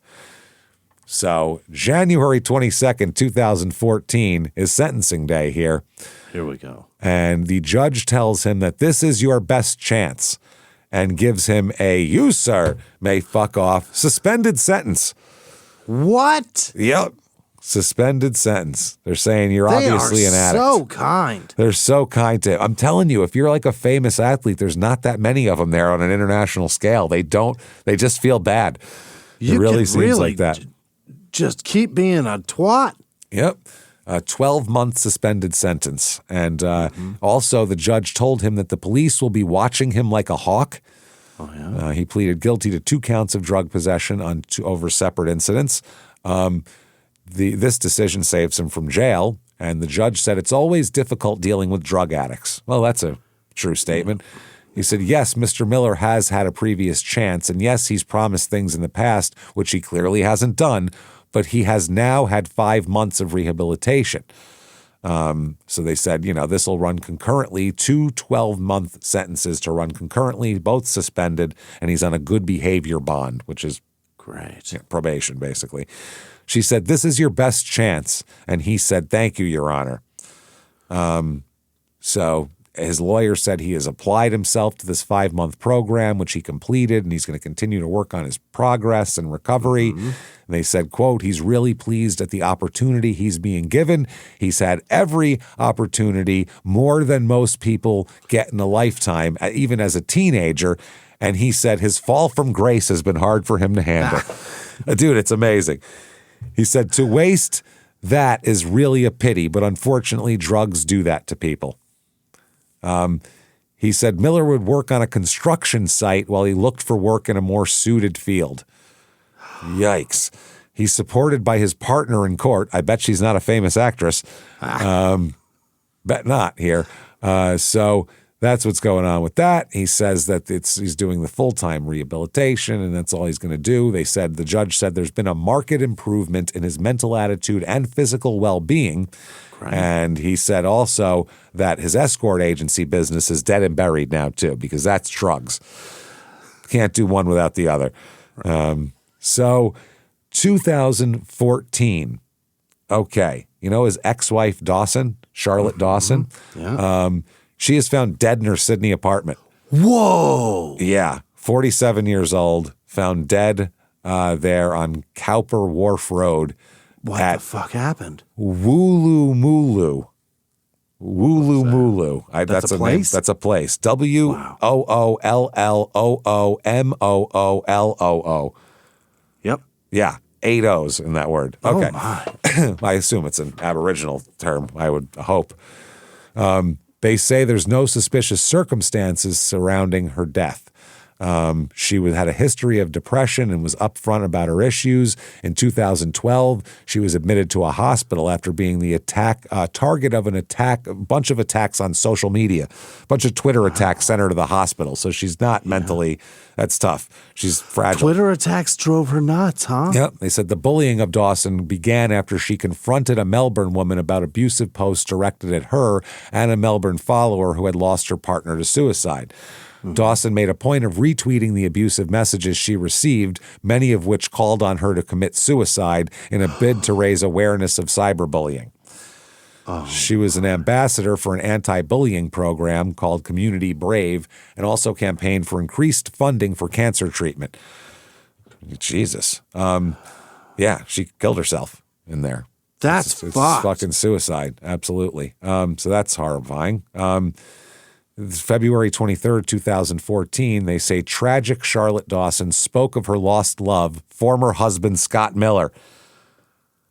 Say again? Now he's got blood on his hands. He's like, geez, I couldn't feel any more fucking guilty for everything. They say don't bring me up in your suicide note, fucking ever. Please don't, unless you go, it's not your fault at all. Say that. Yeah. But that's it. Say, please don't feel that. No. Lost love consumed Charlotte Dawson's thoughts in the final hours before she tragically took her own life. Dawson spoke about former husband Scott Miller and her hopes he would make a recovery from addiction in a candid dressing room chat with close friend Richard Wilkins the day before she was found dead. Her death, which Wilkins has described as devastating, was being investigated by police, blah, blah, blah. Wilkins revealed how he sat with Dawson on Friday, the day Miller celebrated his 39th birthday, and she talked about how his confused interview on 60 Minutes. He said, we were talking a lot about Scott's interview, which had raised a lot of stuff for her. She said, I hope to hell he was smart enough to do a deal for a follow-up story when he's better. Oh. Because they talked to him before all of that. Yeah. Only a week before, she tweeted, hoping Scott Miller, a man I loved very much, can recover and become a great dad to Jack. Apparently he's got a kid now. Yeah. So sad at 60 Minutes. They revealed she left no note before taking her own life and confirmed they're probing her activity on Twitter to see if there's any abusive messages she might have received and all of that kind of thing. It's a big shock here. Singer Wes Carr, now performing as Buffalo Tales, revealed he's already written a song for Dawson because he was so distressed. This is Australian Candle in the Wind. Buffalo Tales. This is Candle in the Outback is what this is. Yeah. Just a candle in a rue. What is happening here? Terrible. Wow. The song lyrics include hold her close, don't let her go, because maybe she won't be here tomorrow. That doesn't rhyme. And the trolls feed from her sorrow. There we go. And the trolls feed from her pain. Okay. Carr revealed he also had experienced depression and severe anxiety and paranoia that's been debilitating. So he said, I hate to think Charlotte was so alone in it and her constant cries for help must have fallen on too many deaf ears. But her people who worked with her said she kept her pain hidden and you couldn't tell there was anything wrong with her. Nobody knew. They said she was a consummate professional on set. See, that's the thing. These people who are very professional, you don't bring that shit. Right. When the red light goes on, you got to flush all that out. We're just here. Yeah. You don't know what's going on in our lives right now, everybody listening. It could be horrible shit. A lot of times it is. The point is, you're not supposed to know that when it's going on. It's not your problem. You're trying to entertain. So anyway, they said that was very sad and all of that kind of thing. She was under financial pressure before her death, also having borrowed up to $80,000 from friends. 80 grand. Wow. That is a lot of money. From friends. From friends. That's just to keep her afloat. You know what I mean? Yeah. So, yikes. That's crazy. So, yeah, she was doing okay, I guess. There's a lot of tributes to her and everybody loved her and all that kind of thing. Miller here, Scott Miller, they got a quote from him, of course. He said, I feel that she got in that dark place and there was no one there. She had a good soul. She was a good person. I feel her presence often. February 16th, 2021. Yeah. Swimmer Scott Miller charged with a drug syndicate and, quote, bringing misery and death to regional NSW, New South Wales. Lord. Holy shit. He really didn't put it together, this fucking guy, did he? Is he going to be charged with murder based on distribution? Let's find out what he's doing here. He's taken him for questioning. They have alleged that he was involved in the supply of more than $2 million of the drug ice concealed in candles. Just a candle with some ice. A candle full of meth. That's the song you want to play. Candle full of meth. For all intents and purposes, they look like regular candles, but they weren't just laced with a fragrance. They were laced with death and misery, Detective John Watson said. Okay. Calm down. Miller's arrest comes after a lengthy investigation with the crime commission into an alleged criminal syndicate, they said. The 45-year-old was charged with directing a criminal group. That's like a RICO Act thing over there, which was allegedly distributing large quantities of methamphetamines to towns in regional New South Wales. A second man, aged 47 and known to Miller, will also be charged for his participation. Searching Miller's home, officers found 2 kilos of a substance believed to be heroin. Kilos, 4.4 pounds of heroin. Pounds. That's a shitload of heroin, along with $75,000 in cash. Yep. Wow. He had vowed he would never touch illicit substances again, but obviously didn't work. Search warrants were also undertaken at a business in Bankstown and a home in Balmain.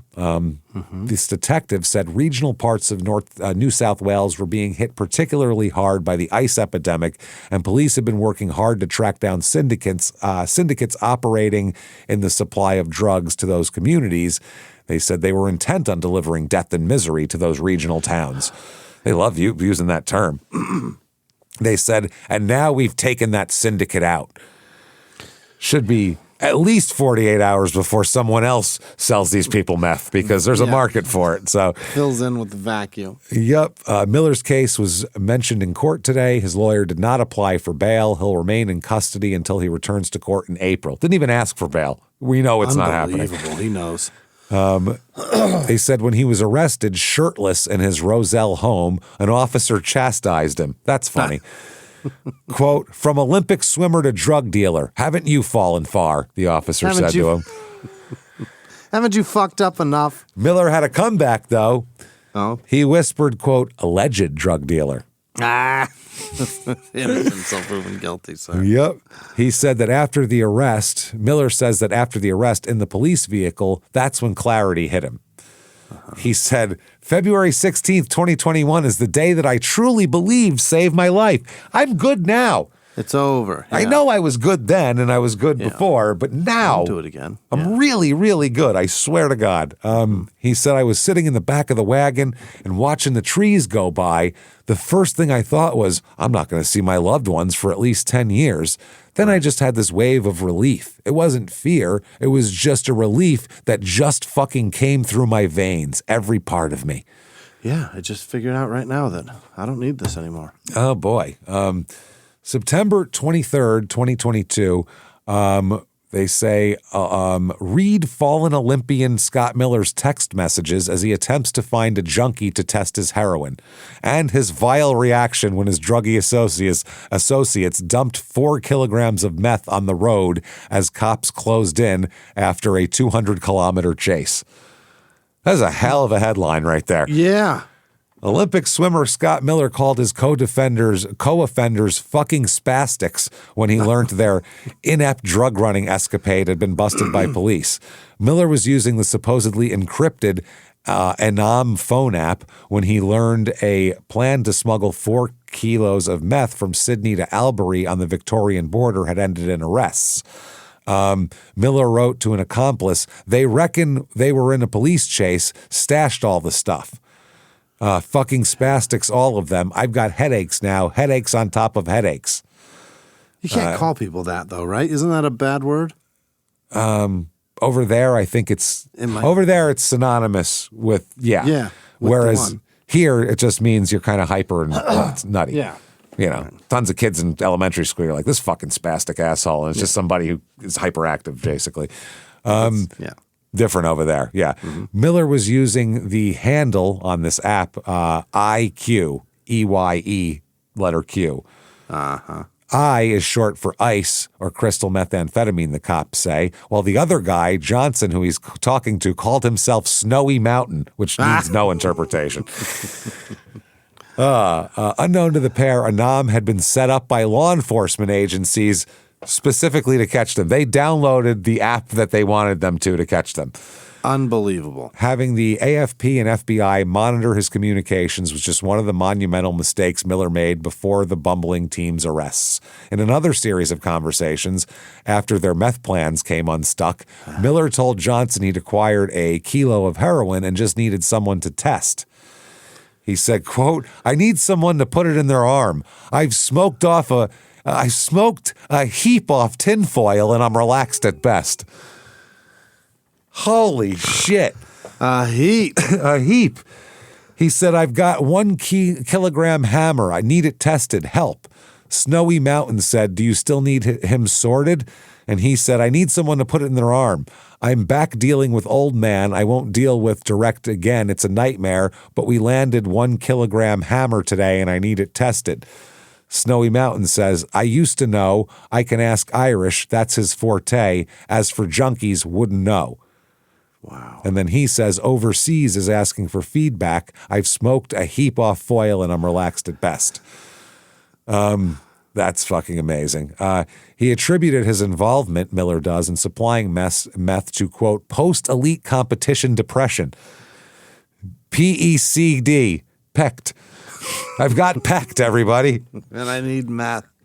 And I need meth. That's the only medicine for it. It's the only prescription for pecked.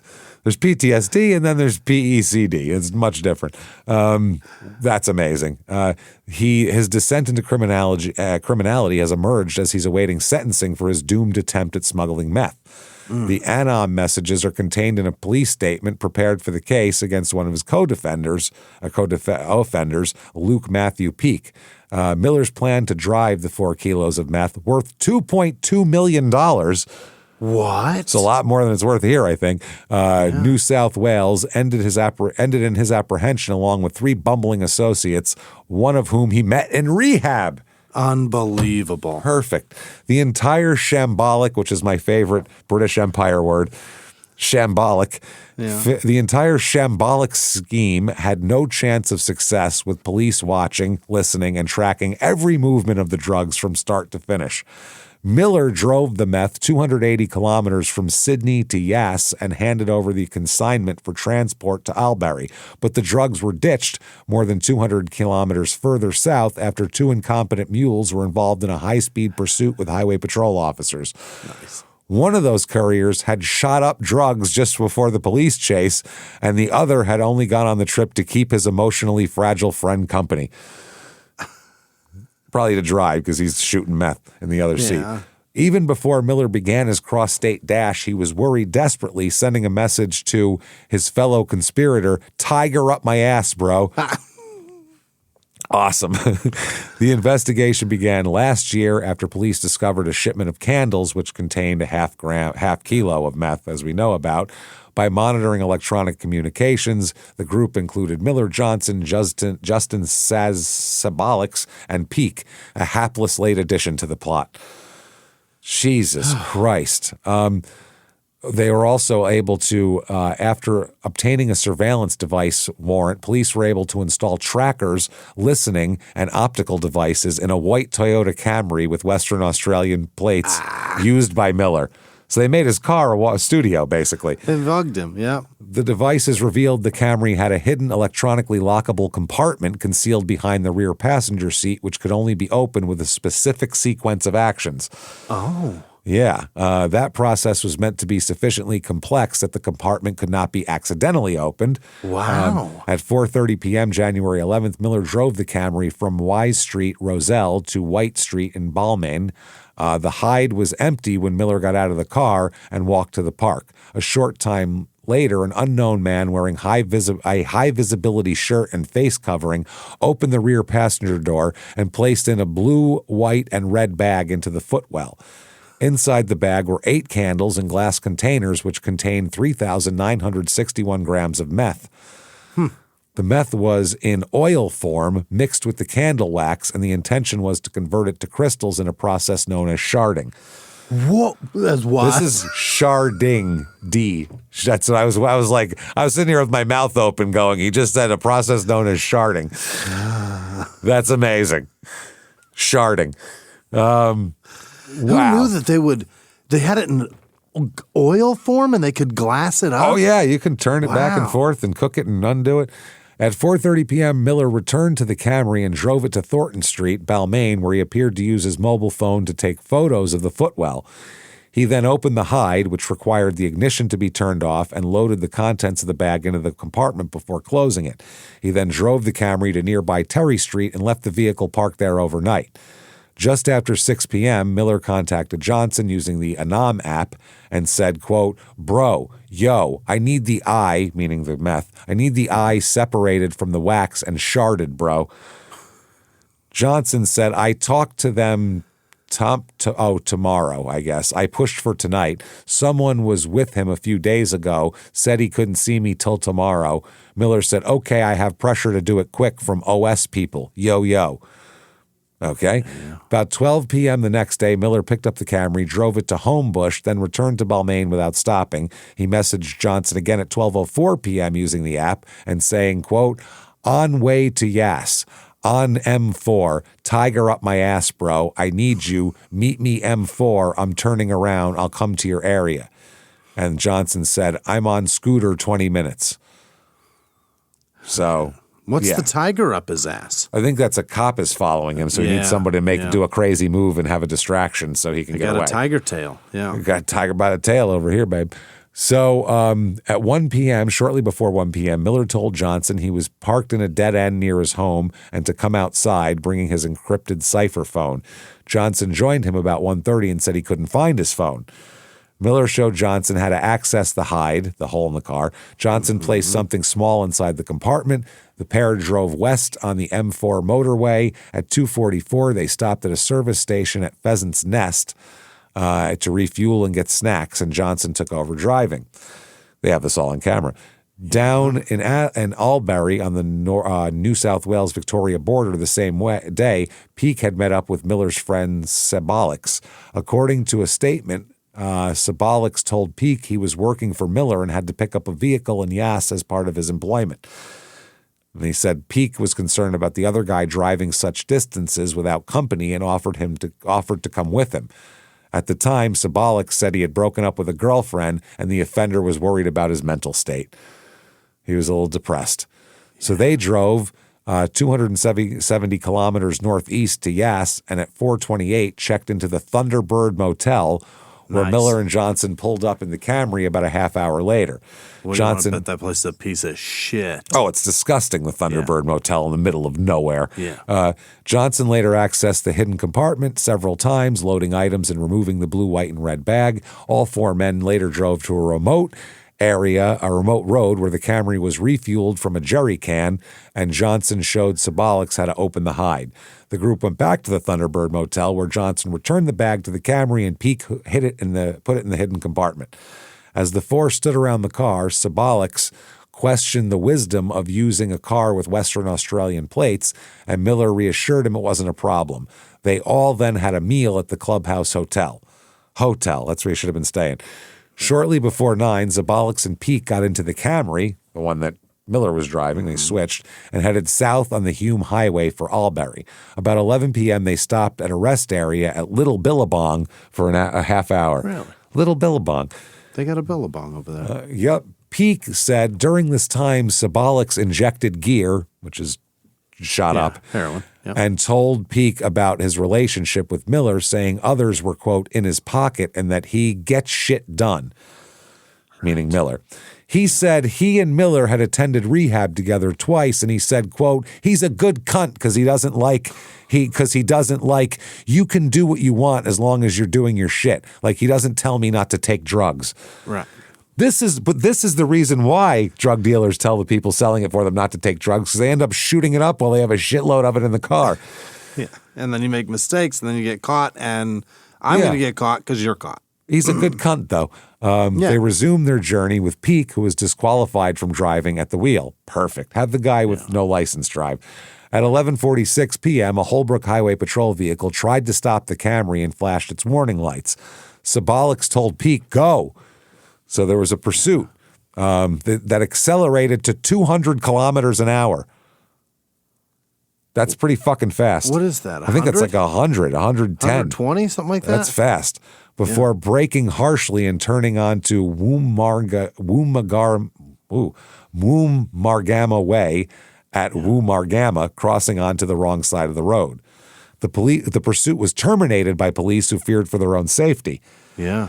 Over the chase, once the chase was over, Sabolix and Peake argued about where they should go next, and Sabolix took over the driving. They said after swapping, Sabolix told Peake it would be bad if they were caught with the contents of the bag.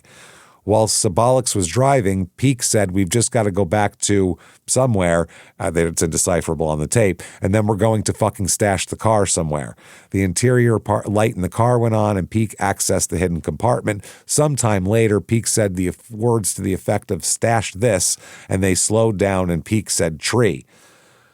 So apparently they were stashing it in a tree. Oh, yeah. At 12:03 a.m., the Camry stopped at the intersection of Holbrook Wagga Road and Rose Valley Lane at Cucardinia, where Peake put the bag behind a large tree in long grass. They then drove to Jindera Street, and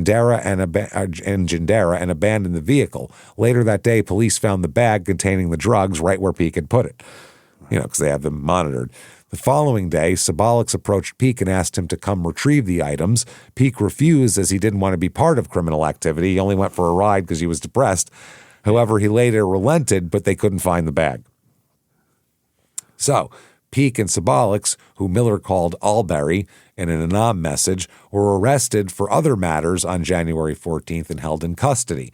Miller wrote to Johnson on January 29th, I got 1 kilogram hammer, need it tested and all that. So that's how that's the all of that shit. So the search warrant is executed on Miller's apartment in Roselle just after 6 a.m. on February 16th. The Camry was found at the unit. They found 796.8 grams of heroin in a cardboard box inside a walk-in closet. They located $2,175 in the same closet, $500 in a satchel, and $69,870 in a safe. Okay. He was arrested that day. Johnson was arrested that day, as was Miller, but Peake and Sabalix were not charged over the drug run until a month later when they could prove it all and put it all together. Miller pleads guilty to supplying a large commercial quantity of a prohibited drug, supplying commercial quantity of a prohibited drug, and dealing with the proceeds of a crime. He was originally charged with knowingly directing a criminal group, but they downgraded the charges so he would plead guilty. But still pled guilty to selling a shitload of drugs. Yeah. Sabalix pled guilty to supplying a large commercial quantity of prohibited drug and participating in a criminal group. Same for Johnson. Peake pleaded guilty to taking part in supply of a commercial quantity of a prohibited drug, driving while disqualified, and driving recklessly and dangerously at speeds during a police pursuit. Right. 200 kilometers an hour. Wow. So November 3rd, 2022, here we go. They talk about what brought him here. What brought Miller to this low point? Well, his lawyer said that it all was his childhood and this, the sports and everything. Yeah. They said that became a lonely and depressed adulthood marred by substance abuse and depression. The circumstances only seemed to explain what led him down this treacherous path.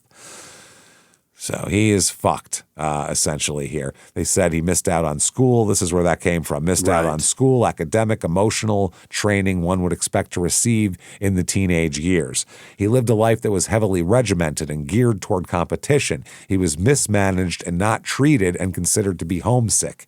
That's what they told him when he had depression as a teenager. So they said at the time of his offending, he was suffering from depression and anxiety. Yeah, you sell meth. Who doesn't have anxiety while they sell meth? If you've got a bunch of meth, you should be the most anxious. Yeah, if I have 2 kilos of heroin in my house, I'm anxious. I'm pretty Trust scared. Me. Yeah. And was regularly using meth and heroin.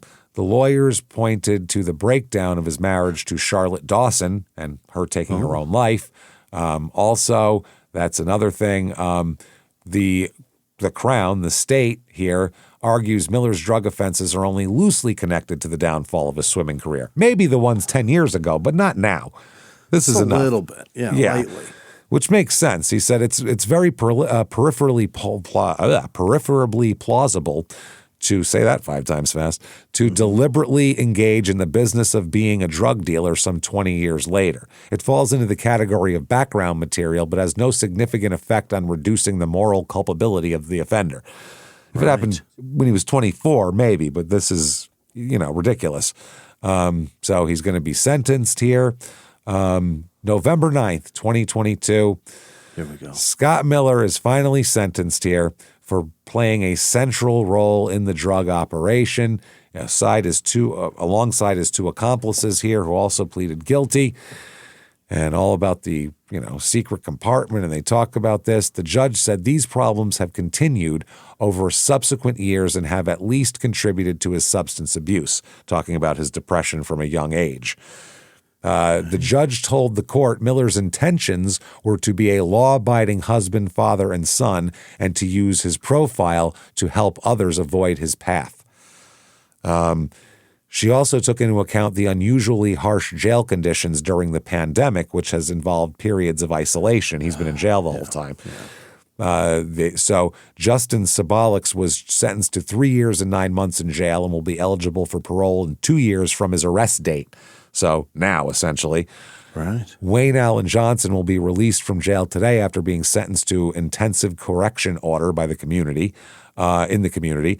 The lawyer previously painted a picture of a successful Olympic swimmer whose public come down from his time as an athlete left him ill-equipped to move into a life beyond his sporting career. Miller landed here.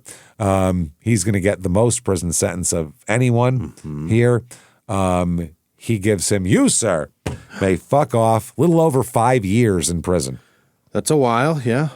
Yep. They said he's faced with a choice, clean up or continue down your shit path, basically. Yeah, and he won't figure it out. He's going to keep doing this. No, he was attacked by his cellmate in the first month, and he said, quote, "I was kind of dead inside. I really didn't care, to be honest." He said that, it didn't even care if the guy attacked him. Yeah. He said he was so embarrassed when family and friends would come to see him in prison and in his prison outfit that he hated it. And now his sister said, "When I went and saw him, he looked amazing. I just saw how well he was doing in there, going to the gym and getting himself back. I saw the boy in 1996 that was getting up on the blocks." Oh. Wow. May 16th, 2024, Miller reveals now that his marriage to Charlotte Dawson exposed him to a life of drug abuse. He's going to blame his dead ex-wife for his drug abuse. Horseshit. Could you? They might have introduced him to the partying lifestyle, but you didn't have to take drugs. He said that their marriage ended just a year after his drug addiction spiraled. Apparently, he was caught having sex in a public bathroom with an unidentified woman, he reveals at this point. Wow. Dawson later said that her failed marriage was one of the triggers for her crippling depression. So it just ruined both these people is what he's saying.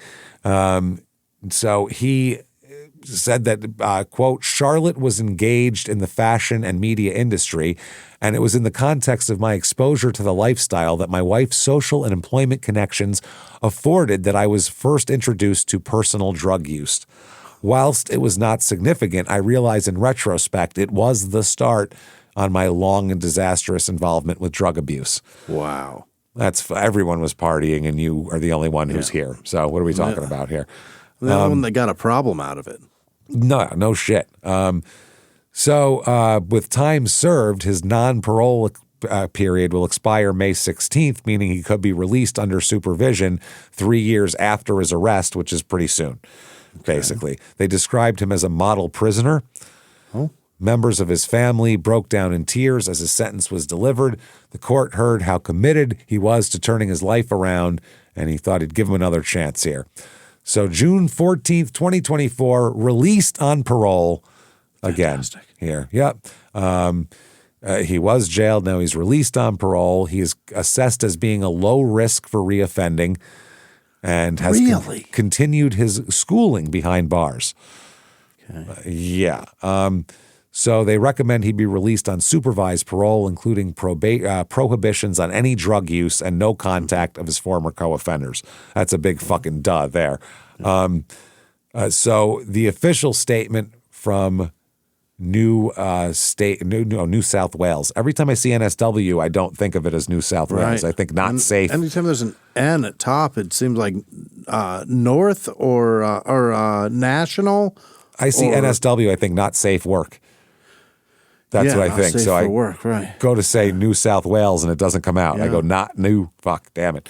Yeah. So they said that the decision was made at a meeting chaired by the Honorable Jeffrey Ballou that he will be paroled. Mm-hmm. He's all set. Mr. Miller has a long history of substance abuse and appears to display some insight into his problematic behavior. Well, they always have insight, drug addicts. It's just whether they're going to stop or not. So he must comply with all these things. So he's sitting there and he's embarrassed, and he was a hero, and now he's like this, guy in his 40s who's fucking everything up. And, you almost feel bad for him. Almost, yeah. But not nearly as bad as you feel for Scott Miller, who was an American singer, songwriter, and guitarist, known for his work as the leader of the band Game Theory. Okay. There's that guy. Scott Miller, soccer player, an Australian soccer coach. Oh. Yikes, even in the sports world in Australia.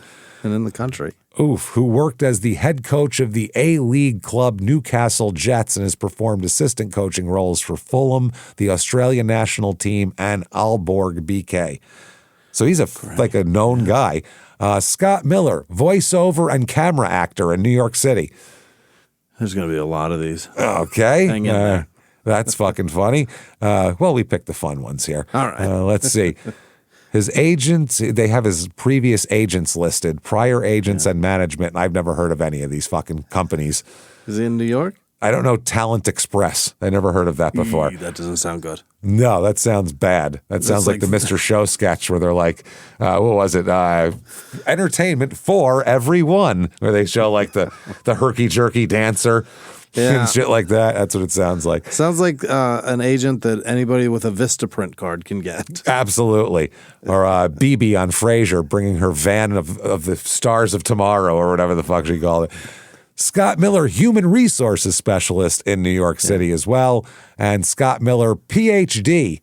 Oh. This is, I think, the music guy. Composer, bassist, music theorist, adjunct professor. Okay. Now, here we go. July 24th, 2024. They say Scott Miller's got a shocking new look. Oh? Yeah, they say he is, quote, looking $1 million as he rebuilds his life after serving more than 3 years in prison. They show a picture of him when he got arrested, and holy fuck. He's sitting there looking like sad Pablo Escobar. Yeah. He's only wearing a pair of jeans. There's something about when a man has no shirt or shoes on, only a pair of jeans, and they have a big giant gut, which makes the jeans ride down their ass. That makes them look really sad. And that's what he looked like then. And now apparently he's doing well. His lawyer said he's come out of jail refreshed and invigorated, and he's looking to get on with his life. He's looking $1 million. He looks like he'd be ready to go into the Olympics. Oh, come on. His role as a gym sweeper behind bars included running fitness programs for other inmates while he took the opportunity to get himself fit.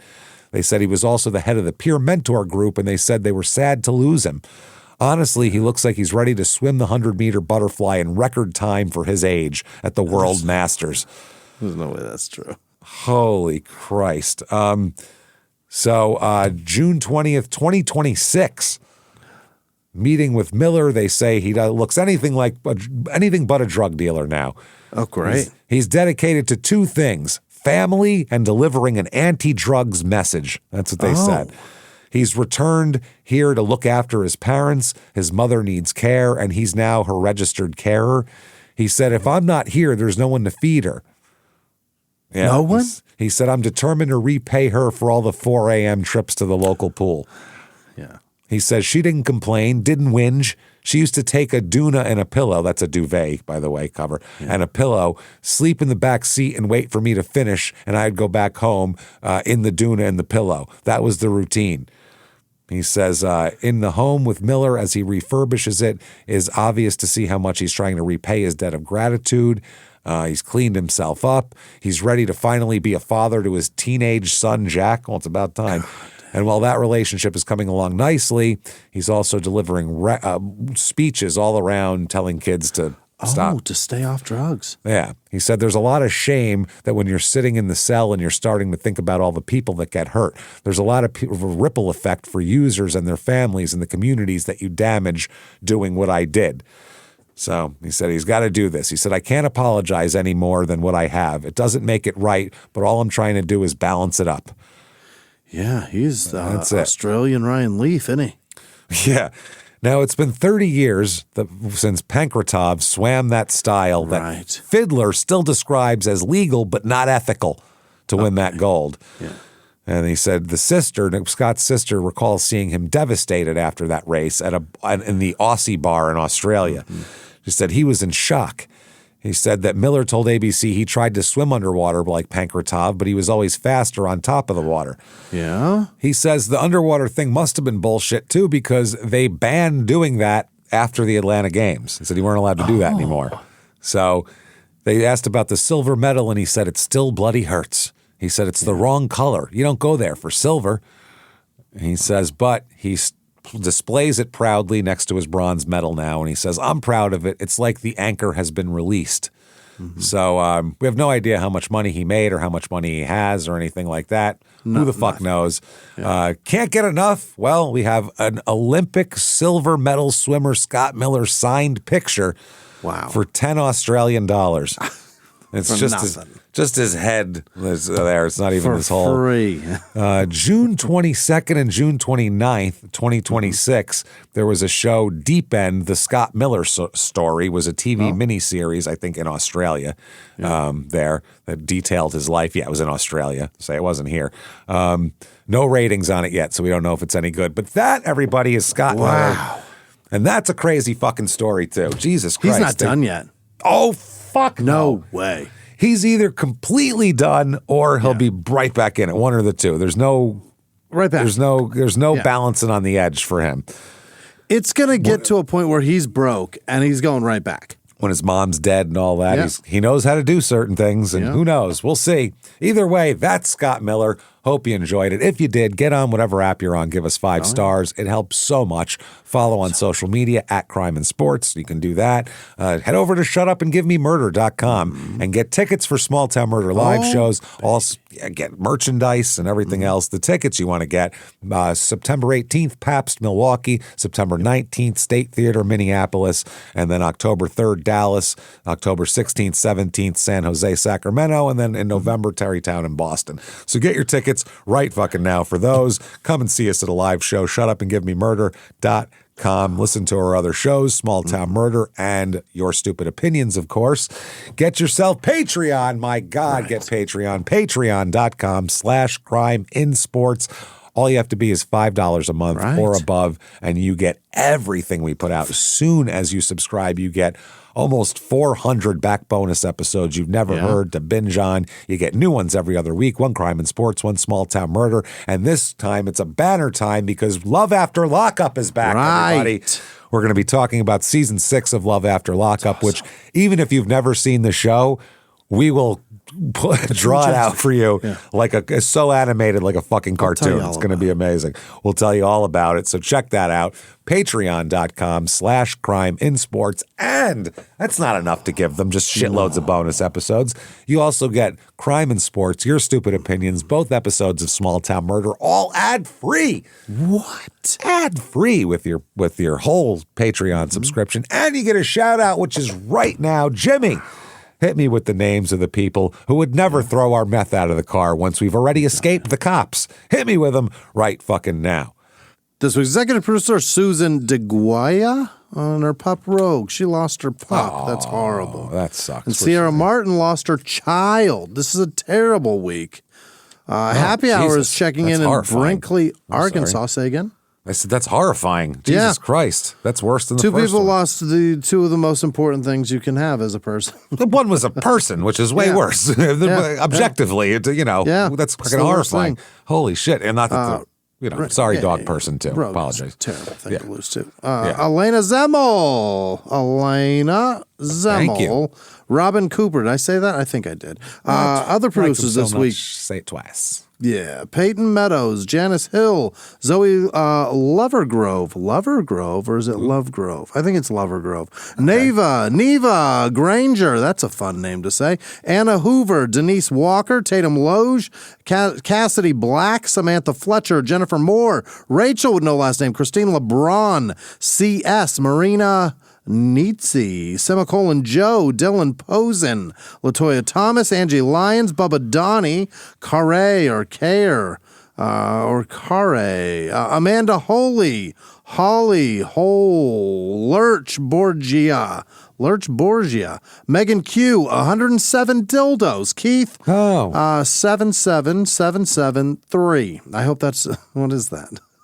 The password? I don't know. Meg Weborg, Mandy Fruzen, Beth with no last name, Olive with no last name, Kyle Hendren, Rachel Darmetko, Indira, Sarah Griffin, Gary Nelson, Robert Throop, Natalie Waters, Mandy DeGule, Angel with no last name, Simbalad, Andrea Didas, Naneka, what is this? Naka H. Nika, perhaps? I don't know.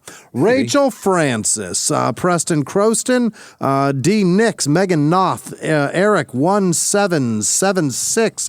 Everybody with their PIN code this week. Dan Wade, Stacy Wegner, Milton Campbell, Cat Attorney, Beth Armstrong, Morbid Corvid, Brian Williams, one of my favorite correspondents. Jordan Talbot, Denise Bailey, Jessica Brunson, perhaps related. Tyler with no last name. Trina with no last name. Margaret the Vet. Carrie with no last name. Scotty Andrade. That's fun. Carmen Webb. Natalie Berman. Stomel Hart. Ashley with no last name. Elizabeth Biden. Is there anybody? I don't know. Maybe. Aaron Rockwell. Zahn with no last name. Cade Schult. Brandon Rose. Lil Peggers. Yuck. Wow. Brianne Lawrence. Tuggy Smith, also yuck. Benjamin Horner, Maggie Madden, Ryan Hayashi, Nicole Williamson, Danielle Reed, Corey Beckland, Mandy Dale, Ashley Dake or Dekey, Ryan Hansen, Kira Peterson, CLS, Amanda Rogers, Patty with no last name, Tanya G, Harry with no last name, Gail Wilson, Morgan with no last name, Lauren with no last name, Cinema Sin, Tara Greenwell, Isabel Tamayo, Jay with no last name, Nicole Johnson, Laura Mayberry, Carrie Orgeron, Hannah Seaman. Okay, Simon, probably. Simon. Can't be Seaman. Mandy Dempsey, Candace Bishop, Jamie Tomes, Amanda Ripeto, Janet Cross, Drennan, Rachel, Rochelle, Kuntz,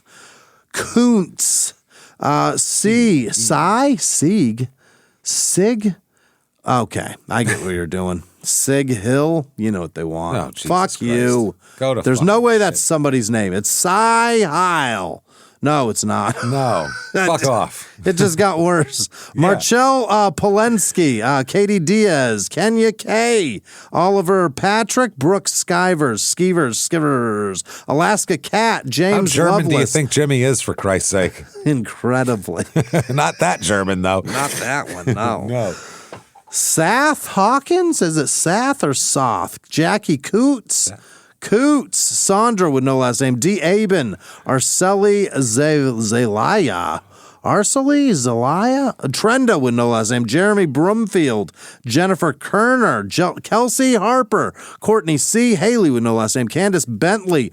Lauren O. And also the letter O. James Elliott. G.S. Annette Tarpley. Cheeto Steve. Jillian or Gillian Hollard, Jay Johnson, Allison Burnett, Khalid Omar. How about that? Morg Vivos Docent, Grim with no last name, Kirby Bolger, DK Rindy, JJ Lynn, I live in New Mexico and I hate it. Corey Mickelson, Phil Poop Dalla, Jessica Villarreal, Kirsten with a J, you guess it. Melissa Strahan, Elizabeth Hammond, Tommy Morris, David Masak, Renessa Erie, Charlotte Lamaster, Michael Ivy, Cuddle Cups, that sounds fun. Megan with no last name, Angela Barclay or Barkley, depending. Brad Cooper, probably not. Ferris Green, Joni with no last name, Crystal Thompson, and all of our patrons. You guys are the greatest. Thank you so much, everybody. You fantastic, fucking wonderful heroes. We appreciate everything you do for us, sticking by us all the time, and hanging out with us for 10 years and 520 episodes of Crime and Sports now. Thank you so much. You want to follow us on social media, really find out anything, Shut Up and Give Me Murder is the place to go. So go there, find us. We'll see you there. Keep coming back and seeing us live from the Crime and Sports studios. We will see you next week. Bye.